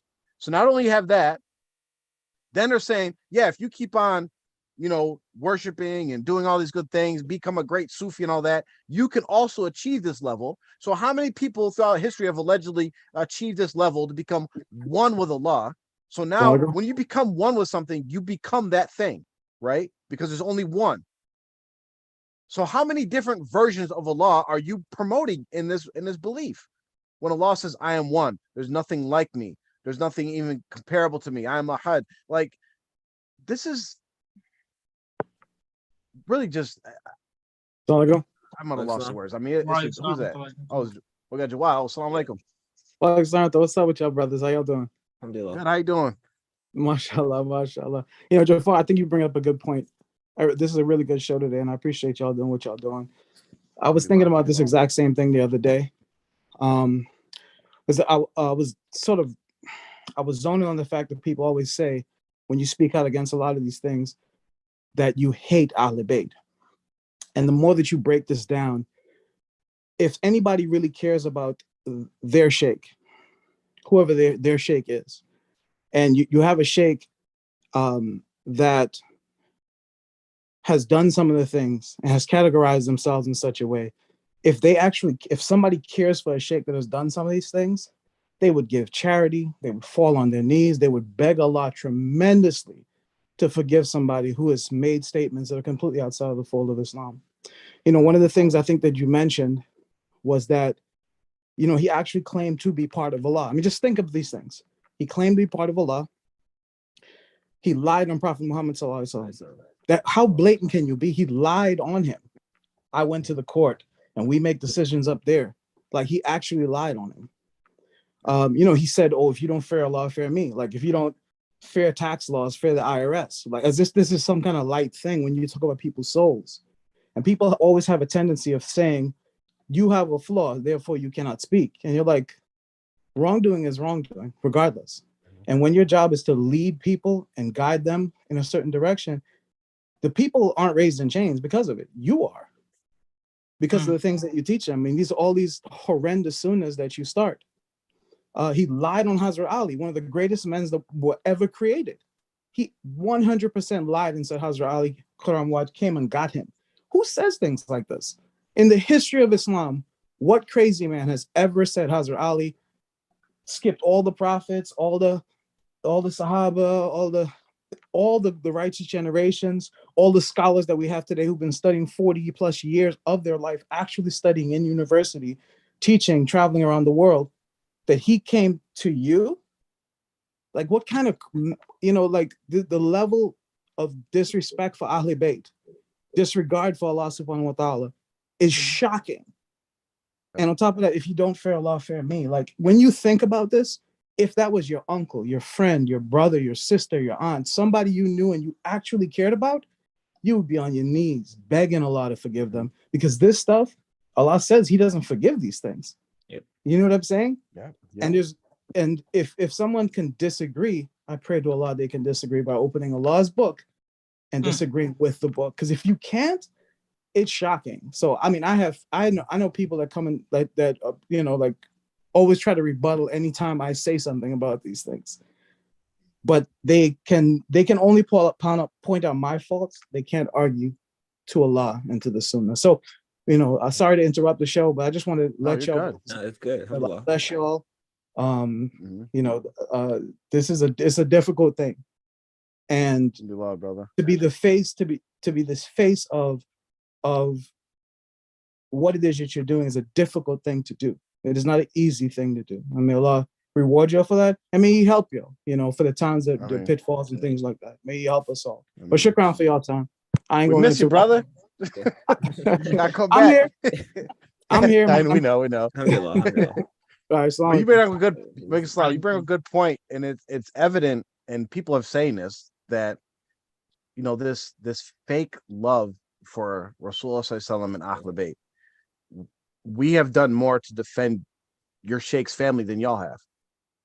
Let's be quite real about this. Y'all abandoned half his family and turned and supported non-Ahlul Bayt. Noor's not Ahlul Bayt. The wives of people that are allegedly Ahlul Bayt will never be Ahlul Bayt. Only the wives of Prophet Muhammad Sallallahu Alaihi Wasallam were Ahlul Bayt. Nobody else's wife is Ahlul Bayt. Point blank, period. So you abandon to y'all, who Allah knows best if they're actually Ahlul Bayt. We'll assume they are. It doesn't really matter. Y'all abandon them. They're being oppressed, transgressed, not given their rights from their inheritance. Y'all don't care. None of y'all spoke up in their favor. R2F has, right? So y'all established that y'all actually do not love Ahlul Bayt. 2, you have people that like Brother Jawad had just said, that are lying on Allah and Rasulullah Sallallahu Alaihi Wasallam and his Ahlul Bayt. And you people will come, even like the apologists will come and say, oh, you guys are laughing too much. Oh, you're joking on people. Oh, you're doing these different things that are like, it's offensive and this and that. If I came and told someone, they're like, say I went and told Mubarak, I said, or anybody, I'm not gonna say Mubarak's name, anybody, I said, your father is a pimp and your mother's a prostitute, and totally slandered them, you would want to fight me. However, as Muslims, we are supposed to love Allah and Rasul Sallallahu Alaihi Wasallam more than our own parents. And you have people that are slandering Allah and slandering Rasul Sallallahu Alaihi Wasallam, and in us who will get mad at this, are very offended by y'all doing this, and you come to us and you get offended because we giggle, we laugh, we bust a joke, and try to, and like maybe we're even blameworthy for kind of like even making light of these very serious situations and topics that we're talking about, because you guys are slandering Allah and his prophet and his Ahlul Bayt, saying that you're going to become one with Allah, that you have the powers of kun fayakun, that you were there with Allah before creation, and all these different things. May Allah protect us from all this. And I mean, did y'all see how we were here on the show? Unexpectedly, a guest just jumped on. We were quiet, let him speak, whatever, made his point. We appreciated his input. And that is the same way that any TMOA friend or foe, you can jump on the show. Doesn't matter what the topic is. So it's an open invitation, just like that. Just that's a demonstration. It can happen. Nothing's actually. I mean, it's actually easy. You just press the button, and then it will bring you on to the show, and then you can say whatever you want to say. You can defend the seven sultans or try to. We'll listen to it. We cannot we cannot after we can't, we're not responsible for what happens after you get your say your say. We definitely will respond to it, but we would let you come on here and defend or support or whatever, any of this stuff. We would actually love it. I know we've said it since day one. No one's taking us up on it, but that's just a demonstration. You can jump on the show and say what you need to say, similarly to what Jawad did, and then we'll be nice and kind and courteous, and we will respond appropriately as far as we know. But of course, Allah knows best. And I don't know if we probably run out of time, but I was just looking at some of these quotes from these quotes are so wild. Hold on, let me share my screen.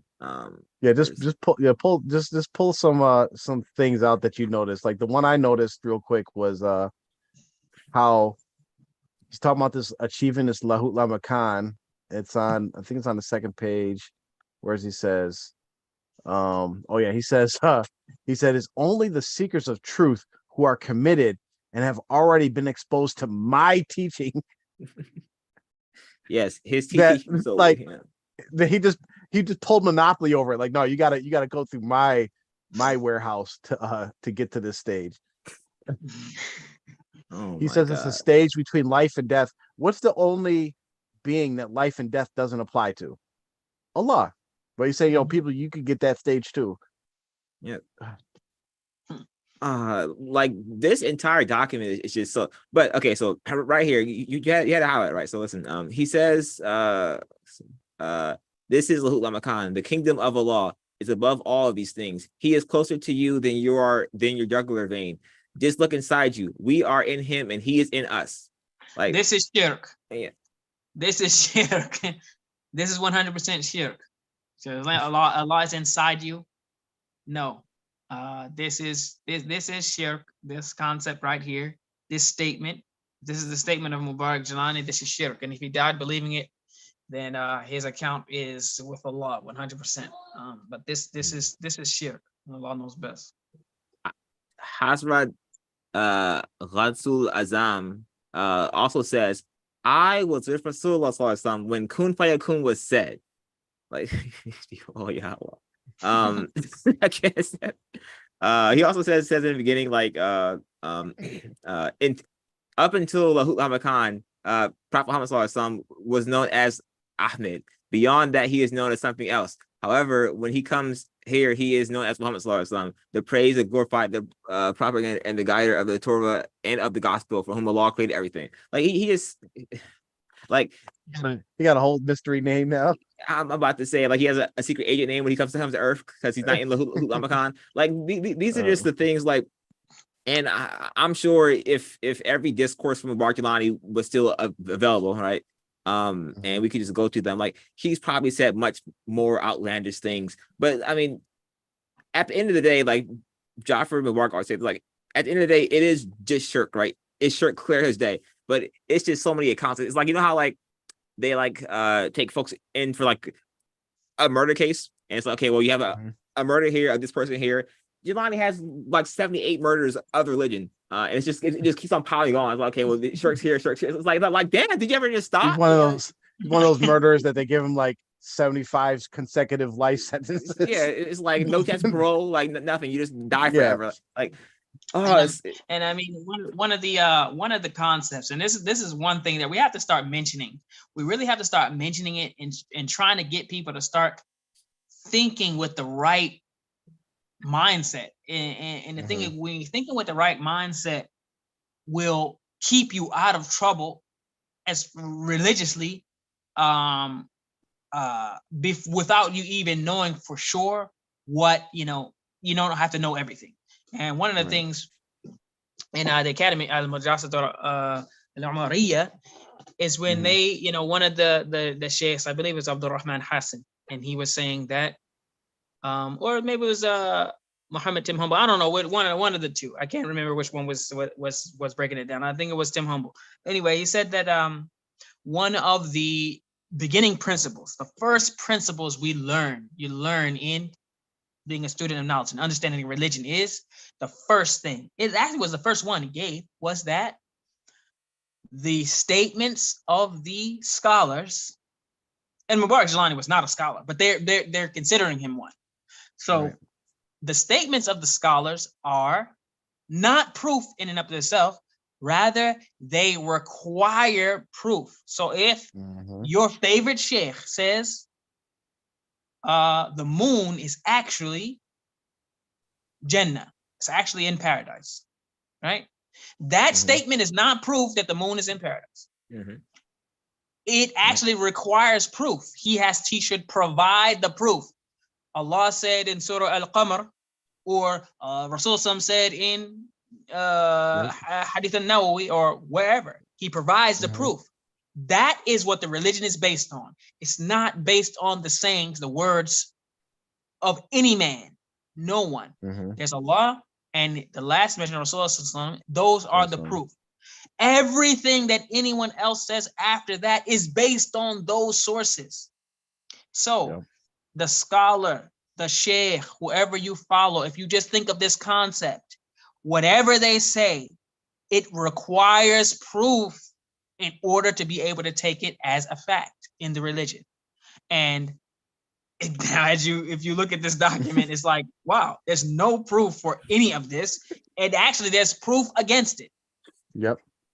So I don't know if you listened to, I believe it was Sheikh Tim Humble, and in one of the introductory courses, he talked about Sheikh Abdul Qadir Jilani, right? And he talked about, I think it was like one of the pitfalls that people seeking knowledge fall into. And it's a well-known story that Sheikh Abdul Qadir Jilani actually narrates himself. And he talks about Sheikh Abdul Qadir Jilani, how he's actually a bona fide scholar in Ahl Sunnah wal Jamaat, but a lot of people have exaggerated about him. And, we already know the story because you have these Qadri Sufis and all that. They actually don't follow his teachings. But so it's very interesting that in the story, and it's a well-known story, so anybody knows anything about Sheikh Abdul Qadir Jilani should know the story about how he had a dream and Shaitan came to him and like a shining light down from like the heavens, and basically said to him, like, you have achieved the station where haram doesn't apply to you anymore, right? And like basically saying, like, you're so holy now, like you could do whatever you want and you're not going to get any sins for it, whatever, right? And then because of the knowledge that Sheikh Abdul Qadir Jilani had, he was able to see this trap of Shaitan, because he said, oh Shaitan, get away from me. And then everything disappeared, like the lights and all that disappeared. And then Shaitan was like, how did you recognize me? And he's basically said, if halal and haram apply to Rasul Sallallahu Alaihi Wasallam, how can I be exempt from, following that? Right. So basically it's a story that it's a common trick that, especially with people that are on these like spiritual paths and like that they think they get to a certain level with Shaitan. This is one of his tricks where he believes that you achieve a station where your knowledge is higher, or something, that you actually start thinking that the impermissible is permissible for you. And I'm just thinking about this because I'm reading one of these quotes, and whatever your opinion of Mubarak Jilani is, you want to think he's a scholar or a pious, whatever, you also have to accept that he's susceptible to the same traps that even Shaitan tried to pull on Sheikh Abdul Qadir Jilani, right? So because Sheikh Abdul Qadir Jilani is higher than Mubarak Jilani in your little beliefs, so you have to say, okay, Shaitan at least had to try this on him. And if you believe that, no matter what you believe, of course, we already know that Sheikh Mubarak Jilani is not a scholar or not a saint. But listen to this quote that he says. He says, where did it go? So he says, with the dhikr of who they realize Allah's greatest name, Ismul Azam, and reach a stage where there is neither kufr nor Islam. Wow. What does that just tell you? Yep. He got caught with it. He got caught with it. Shaitan caught him very early with like, oh yeah, this doesn't apply to you. He believes he reached a stage where kufr and Islam kufr nor Islam applies to him. So Guys gotta wake up. Allah says clearly in Quran that no religion will be accepted other than Islam. So how do you get over top of Allah? And that's why we were saying you just have to apply that one principle. It needs proof. I need proof of that. Yep. Show me where. The proof is against it every time. But this stuff is like so. It's almost like, I mean, with this Lahut Lamakan and these kinds, it's almost like I'm hearing it like for the first time. It's like so shocking. Like this is so over the top egregious. Like how in the world in 40 years, no one was like, yo, this don't make sense. Like, all right, hold up. I mean, it's just, for some people, and I know, listen, we're not the first people to be like, yo, TMOA is off it, I'm out. We're not the first people to do that. We're the first people who that have really shined a significant flashlight on them and like kept coming at them. But we're not trying to take credit as being the ones who like woke up one day and were like, yo, this is whack, we're out, this is not Islam, gone. Other people have done it. But seriously, for more than 3 or 4 people in a room with functioning brains to go 4 decades, I mean, like nobody was like, yo, this don't, I mean, like seriously, I mean, I just literally, you can have 4 dudes in a car driving somewhere and it don't matter on any topic. At least one of them is going to disagree. Guaranteed. Yeah. One is going to disagree. But y'all got like literally thousands or I don't know, hundreds, however many people y'all got. And y'all all agreeing? Nobody's like, yo, maybe we shouldn't kick that brother off the land for, speaking up, for saying we shouldn't be desecrating the grave. Maybe, I mean, nobody like, everybody just like, yeah, whatever the sheikh says. Noor is now your sheikh. Your sheikh is a woman. No one is like, yo.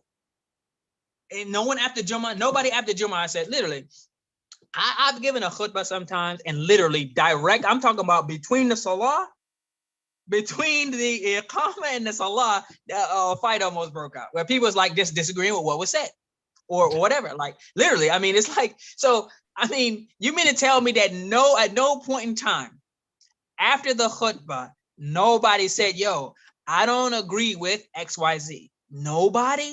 Like after the salah is over, between the salah and the daruz, nobody was like, how do we have a female imam? How is our leader a woman? Yeah. A woman? I mean, how are we being led by our woman? How can we even have the respect in our own homes? Like, I don't, this is a phenomenon to me. It's really a phenomenon. Like, I just don't know. It's that cult mindset. It's that once like, and Amr could probably explain to us better, but like you see videos all the time when they do these psychological experiments, and like it's a difficult thing to understand because our minds are weak but strong at the same time. So it's like weak, we fall for stuff that like there's one simple one where they have people come into like a waiting room and there's a buzzer that goes off and everybody stands up. There's like 2 people just like started off. They're part of the experience. Every time we go to stand up, the people that come in have no idea what's going on, but eventually, like the room's full of people, and everybody's standing up when the buzzer goes off, but they have no idea why they're doing it. Yep. And I think like the one I watched, finally after like a bunch of people, one guy was just sitting there like, right, like there was one guy that just like, I'm not standing up. I don't know what y'all are doing, but everybody else was doing it. But that's like that cult mindset, that group think. It's a very strong thing. And then once you get in it, then your mind becomes like strong. I would say your mind becomes arrogant or like tough, because then they can't break themselves out of it. Like, no, we have to stand up every time the buzzer sounds. And then you say, why? Yep. And they're like, So like, even with this, no, there's 7 sultans and there's Lahut Lamakan and Shaji is the 6th sultan. And you're like, why? Yep. Why do you believe in that? Because he told us. It's like, imagine if the world worked like that. That'd be awesome. I can go into a bank and Give me the say, money. Yep. I have an account here and I have $3 million in there that I'd like to withdraw. And they were like, okay, we need some support for what you're saying. Yes, I said it. I have a letter written by me, signed by me, and notarized by me. Here you go. Okay, good, sir. Here's your money. There you go, Mr. Griffin. I need to verify that your money has even come to this bank. I'm telling you, I deposited $3 million. We don't see the $3 million, but okay, I'm telling you, I put $3 million in this bank. Well, we need some documentation. Say, are you calling me a liar? Yeah. They say, call the bank, and they call, your cell phone rings. Yes, I'm James Griffin. Yes, he did deposit. It's a circular proof, and no one's saying like, wait a minute. No Muslims, the same Islamic studies teachers that we have, the same imams that were there, all these people that were doing all this stuff before Mubarak Jalani came, teaching classes, studying, having whole volumes of Sahih Bukhari and all these different things. No one said, hey, where is the evidence from the Quran and Sunnah for anything that you're saying? Nobody said that at no point in any of this. I mean, this as you, because this happens on like a lesser scale too. So if you ever like are in college, right? And so let's say that you have a class at like 10:30, right? Generally the students wait outside the classroom and then someone opens the door, right? And generally the door is never locked, but someone, right, one day I was going to class, right? And he's standing there and like, did you open the door? Like, no, the door's locked. So no one checked the door because we assume he's telling the truth because yeah, obviously the door's locked. So we're just sitting here waiting outside of class, right? And it's like 10:30, 10:45, and the professor opens the door. It's like, what are you doing outside? Get in the classroom. It's like, the door was locked. So we just all, it's like 40 of us. We just all believe the door was locked because why would he be lying about the door being locked? So like, you just fall into just these like dumb things just in everyday life. So I can see like, and man, if Mubarak Jalani was like, yeah, nigga, like all y'all going to heaven. It's like, oh, wait, we're going to heaven? But he moved the moon? Like, oh, we're freaking set. It's like, oh, well, there you go. Stupid as hell. You know, when Mubarak was talking about how like, you know, people just like accepting like, oh, someone said they saw the prophets there or whatever, and then they know they didn't, but after a while, years go by and they just like told a story in your head, they imagine something, and all of a sudden becomes true. I was thinking about, because I remember hearing two different brothers that were allegedly at the moon moving miracle. Yeah. And they told two totally, completely different stories. Of course, yeah, because it didn't happen. Like one person was like, he slowly moved it across the sky, right? And the next person was like, he was like zipping that shit all over the sky. Right? He was like the conductor, the person in front of the band. Just he drew Allah's name in the sky with the moon. Yeah, he's like, look at that. Name, sir. It's Aquaman Shade. All right, cool. Hey, hey, you know what? Okay, let's get serious for a second. Mm-hmm. Stop laughing after you say that. I can't take you seriously. I seriously was trying to say this with a straight face because I really wanted them to halfway believe it. But listen, man, we're looking for anyone who actually the eyewitnesses to the moon moving. It says any eyewitnesses still alive. We are going to put on a special show, exclusive show, where the eyewitnesses for the people who witnessed Mubarak Jalani move the moon. We can do a commemoration for him and the event of he moved the moon. We would like to do that. Please come forward. Let us know. We will have we actually will not put forth any commentary. I mean, if you don't want, but we would love to have you guys on the show. We'll give you as much time as you need, and really go over and reminisce and relive and re-educate the youth. A lot of the youth, they don't know that, they don't really have a good account of him moving the moon. We would love to put on this show for you guys. Please contact us via email or various numbers, social media, or whatever. We would love to have an exclusive show, the Jalani Moon Moving, or whatever you want to name it. Please, we are standing by and we are ready. I'm serious. I do want to have this show. That would be amazing if that actually happened. And to piggyback off of what Mark said, it doesn't just have to be the moon moving. If you saw him do any sort of supernatural spiritual stuff, like I remember I hearing stories about he walked through a metal detector at the airport with guns on him and it didn't go off. And so if you saw him do any out of body stuff, super spiritual, natural stuff, please come on the show and recant us with these tales of your perfect Morsha Hamil and Bartilani. Don't Oh, say God. seriously, we do want to know. I know we got to wrap up, but just one thing I do want to mention because early in the show, the thing about Noor coming to Appomattox or where she's coming to, inviting you to sing Darudes with her. That joint is so cringe. It's so cringe worthy. I mean, the joint is, but hear me out on this. And for you people that are even right on the fence, or maybe you're not even on the fence, you're firmly in the camp of Timaway, Noor is your sheikh. I mean, and maybe even in your own homes, instead of you being the leader, the men, you just make your wife the leader and all the decisions go through her. She says, no, don't go out of the house, husband. You sit down, you XYZ, you'll just start flip everything on his head. That's fine. But listen very carefully. This will tell you, this will give you the clue or open your eyes maybe a little bit, the fact that this whole come sing Darudes with her, it's about getting money from you. So you just listen and wait. And maybe they might back off of this now that we're mentioning it very clearly, but they're going to ask you for money. So that's what it's about. And when you hear that call for money, remember our faces and remember this show.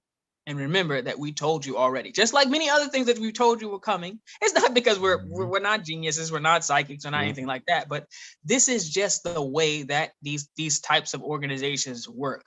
They need to keep you indoctrinated, keep you enslaved, and they're not going to do anything for themselves. They're not going to do the work for themselves.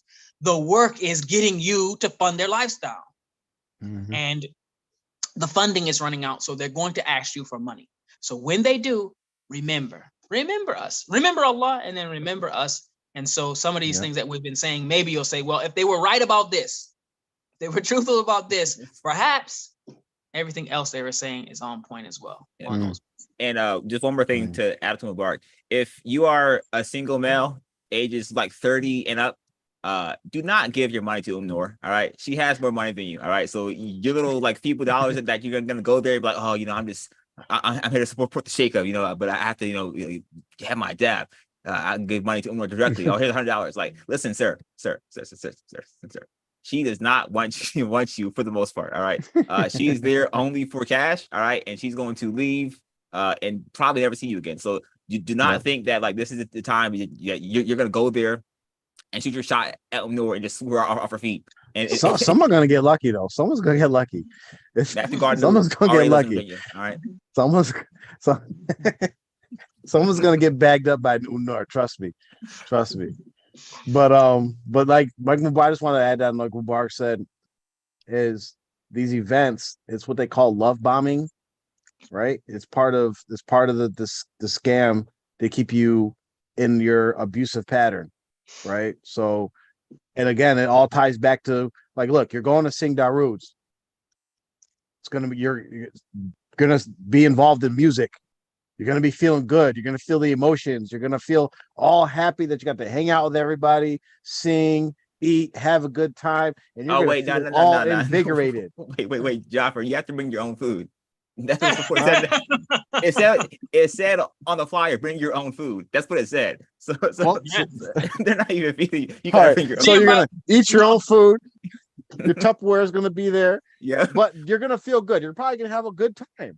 And you're gonna feel emotionally high, like, oh, this was great. This is and you're gonna associate that with like Dean, like you got all these blessings or whatever.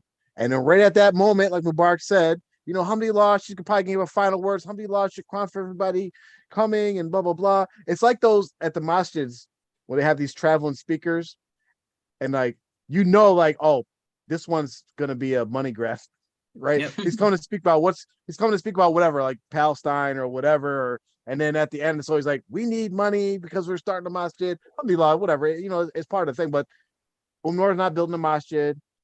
She's not building a shrine. You guys have separate collections for all that. Just please, just use a little common sense. You guys aren't stupid people. We're all the same people. We are very smart people, but you're not smart if you don't use it, right? Use your minds. Wake up. If any other nigga came to you doing this same crap, you'd like, man, I ain't giving that nigga nothing. I ain't giving him a dime. Like, but because it's these freaking people, you keep falling for the same crap. Hey, yo, let's do this real quick, man. I know we was probably supposed to finish an hour and a half ago, but still, let me just since we here. I mean, it's a pop-up. We here. You know what I mean? I already missed everything that I was supposed to do later, so it's all right. I got the time. Let me just ask y'all one thing, seriously. Listen, let's get serious now. Let's get serious. Okay. If you could be at if you could be at that job, what's the top 10 questions you would ask Umno? I mean, after the Daroos are done, the dinner's eaten and everything, ask her, listen, it hit after the Daroos are over, but before she asks for the money, we got to fire off 10 questions, the top 10 questions. I'll go questions. I'll go first. I'll go first. I'm gonna ask it straight up. Is Noor the seventh sultan? That's what I'm gonna ask straight up. That's gonna be my first question off the rip. So then mine would be that's a good one right there. 2, is Noor the Mahdi? Okay, that'd be the next one. Okay, and then mine would be whose names weren't on the will. I would be. Okay. Do you have $5 million, or how much money do you have? Yeah. How much money do you have? Yeah. Okay. And then I would probably ask, I would just ask, can you explain the belief of the 7 sultans in the light of the Holy Quran and the Sunnah? And that'd be a question. Try to get her to explain something Islamically. I would ask, if your late husband was so great, why were you so afraid of marrying him? You know, we got to ask. So here's one question. I definitely I'd probably get a lot of different other questions in, but I know my last question would be this. Matt Gardner. I would say just like this.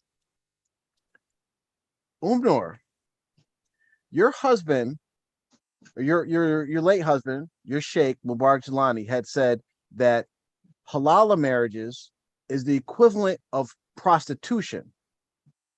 Given the fact that you were involved in prostitution, how do you feel about your upcoming your rise to fame from being a prostitute to now the imam of a Sufi cult? That'd be my last question. That would be because it's kind of like what's that movie where Julia Roberts was like the prostitute and what's the Pretty Woman? Pretty Woman. Yeah. I would have to ask her,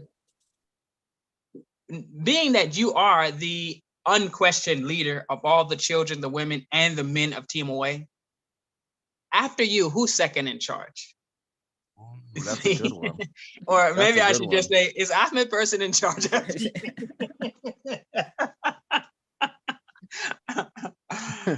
At one of those, we definitely got to sneak in, like, is she going to get married again? Yeah. No, I already got the last question that's going to be asked to her already locked and loaded. I'm just waiting for y'all to finish. I'm gonna tell you what the last question is going to be. Okay, let me see if I got anything else. So we got the 7 sultans, we got the 7 sultan, we got the question about the Mahdi, we got the question about the money. How does it feel for you to have such a gifted daughter who is a Dr. Hafiz YouTube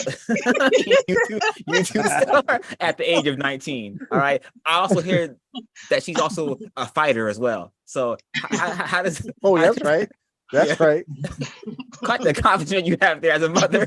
You can tell they're not 100% Packy. They got some black in them. Yeah. Straight. Man. I'll be like, yo, is the jinn who gave your brother the hands that time, is he still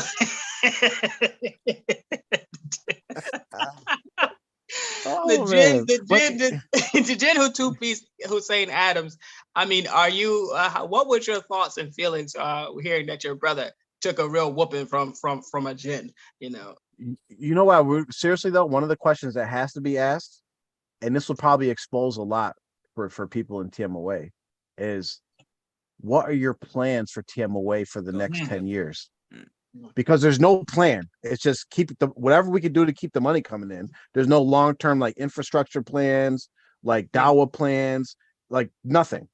Yeah. I can guarantee you that. Yeah, no, and to get serious for 1 second is that's a very good question. And someone at that Darude session really needs to ask that, because that's how they do the politicians, right? What is your plan? What do you hope during your term? And her term is basically going to be till whenever she dies. Then probably the girl with the Rolex is going to take over. But the thing is, what can we expect a year from now, 4 years from now, 10 years from now? What are we going to see? And if she can't tell you anything, that means she doesn't have any plans for you. Really, the plan is for you to keep paying money. If she can't tell you, yes, we're planning on building this, well, they did say they were planning on renovating the school, but besides that, like, what's the plan for any of the development? The people, I guarantee she doesn't have it. But yeah, and she might come up with something off the hip, some, because politicians are politicians. But what it'll do is it'll show you very clearly when she's full of crap. Because you'd be like, for instance, one of the things that Mubarak Jelani would say is our top priority is education. And then when you ask the question, like, okay, can we use the membership dues to help build schools? Absolutely not. So that's not your top priority. Like, if I wasn't on the R2F show, I would be happy to just drive down there, all right, and be a part of it and get all the information to y'all. But unfortunately, I can't. So if anyone is going to attend that is like on the fence, or you're like secretly down with R2F, if you can like get a recording of all the things that transpire, because they're gonna like give me your phone. So if you could just like, I don't have a phone on me outside the house. You can just have your phone on there recording it and give us all the nefarious deeds. I will buy dinner. I will cash app you money for dinner. I'll make you food. If someone, that's even better. Amr will make you food.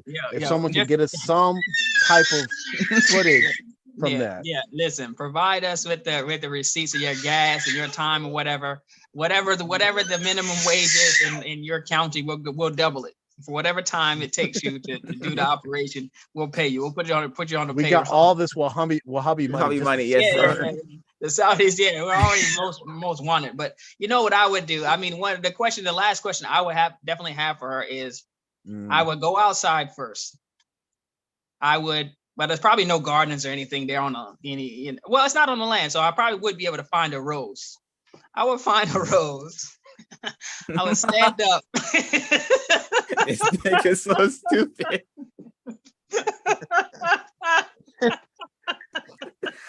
How I know you're gonna ask this question? I can't even say it. All I'm picturing is the guy from Mike Tyson's Punch Out that comes out with the rose at This devil bar is like, yo, Noor, will you marry me? Wait, I just looked up the location. So it's a trailer, right? So this devil bar is gonna be outside the trailer, right? Like right here on one knee with a rose, like, would you marry me? Oh we can consolidate TMOA and R2F. Combine the two.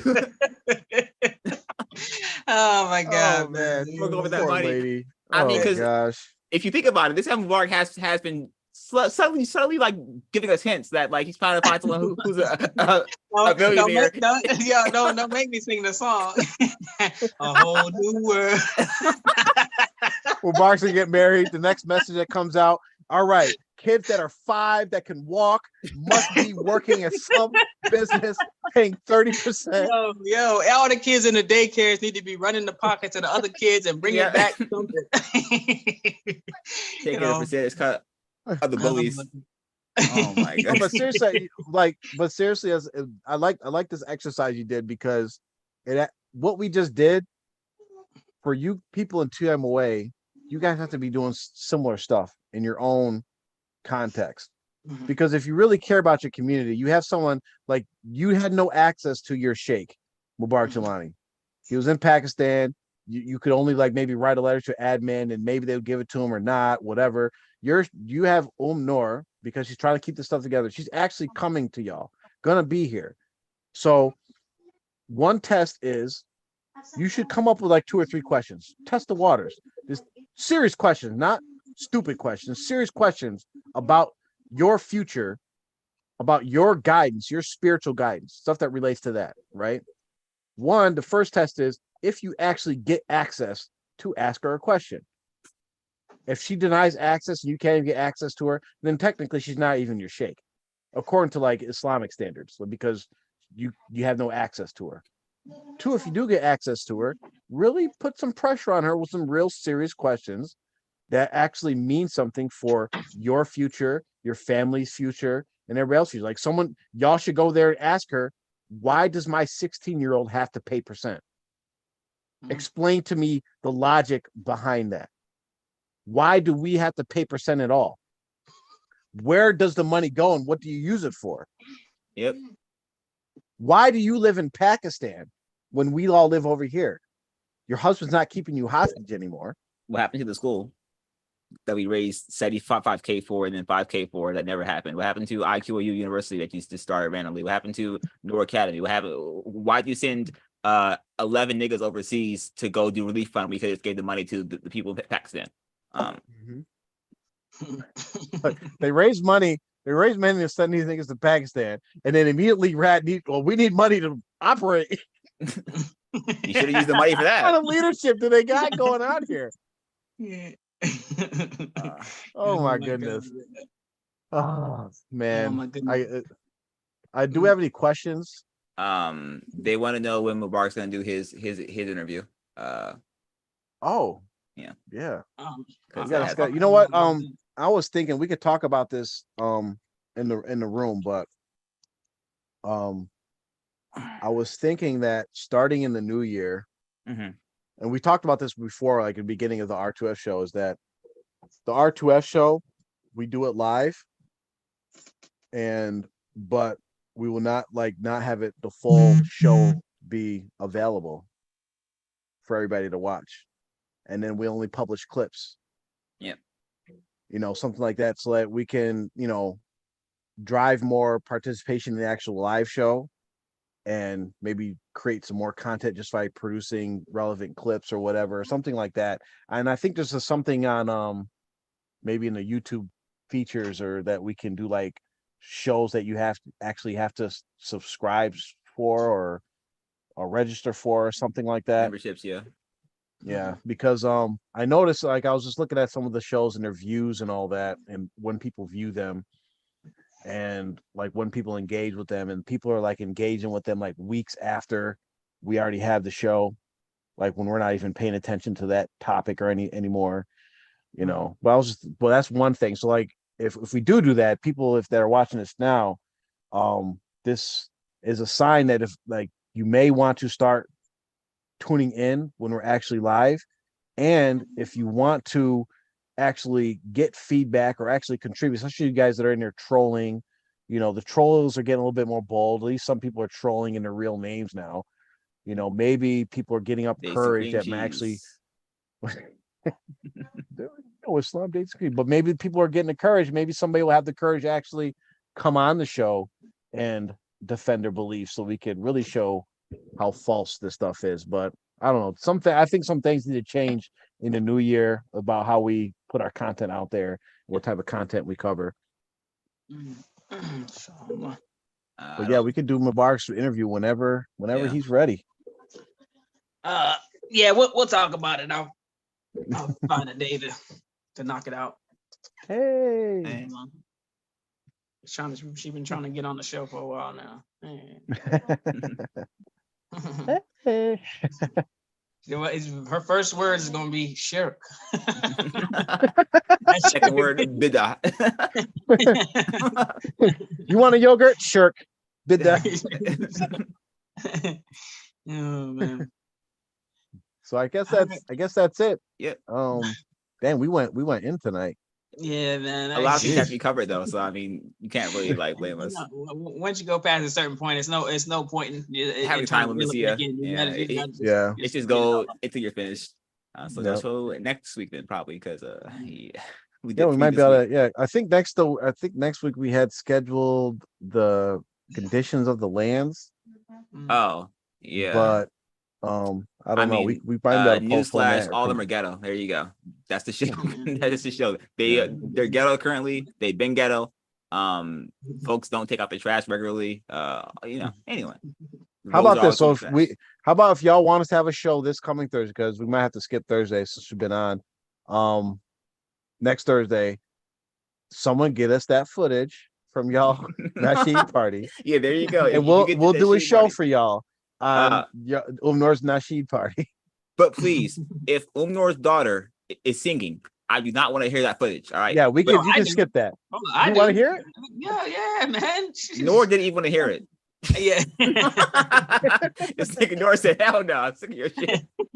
I actually don't want to hear any of the Nasheeds. I just want to hear the speeches or the Yeah. things that said in between. The I can't take admonitions, speeches, Jamaat yeah. Nasheeds at all. Yeah, no, I don't want to hear none of that mess, man. Yeah. So, But Omri, you still got some ground to make up as I have passed you in the how have you passed me when you're just on a random troll listen, man, thumbnail I don't make the YouTube? rules. I don't make the rules, man. I'm just saying, somehow I'm ahead of you now. It's me, Jaffa, and a few others, but you were number one. So I mean, you're gonna need to do something. We're gonna give you the opportunity to I don't know, but you're gonna have to what step he your could game do? up because you slipped. You know how these people make these little like videos, they go to protests and they stand out with a sign and just interview people.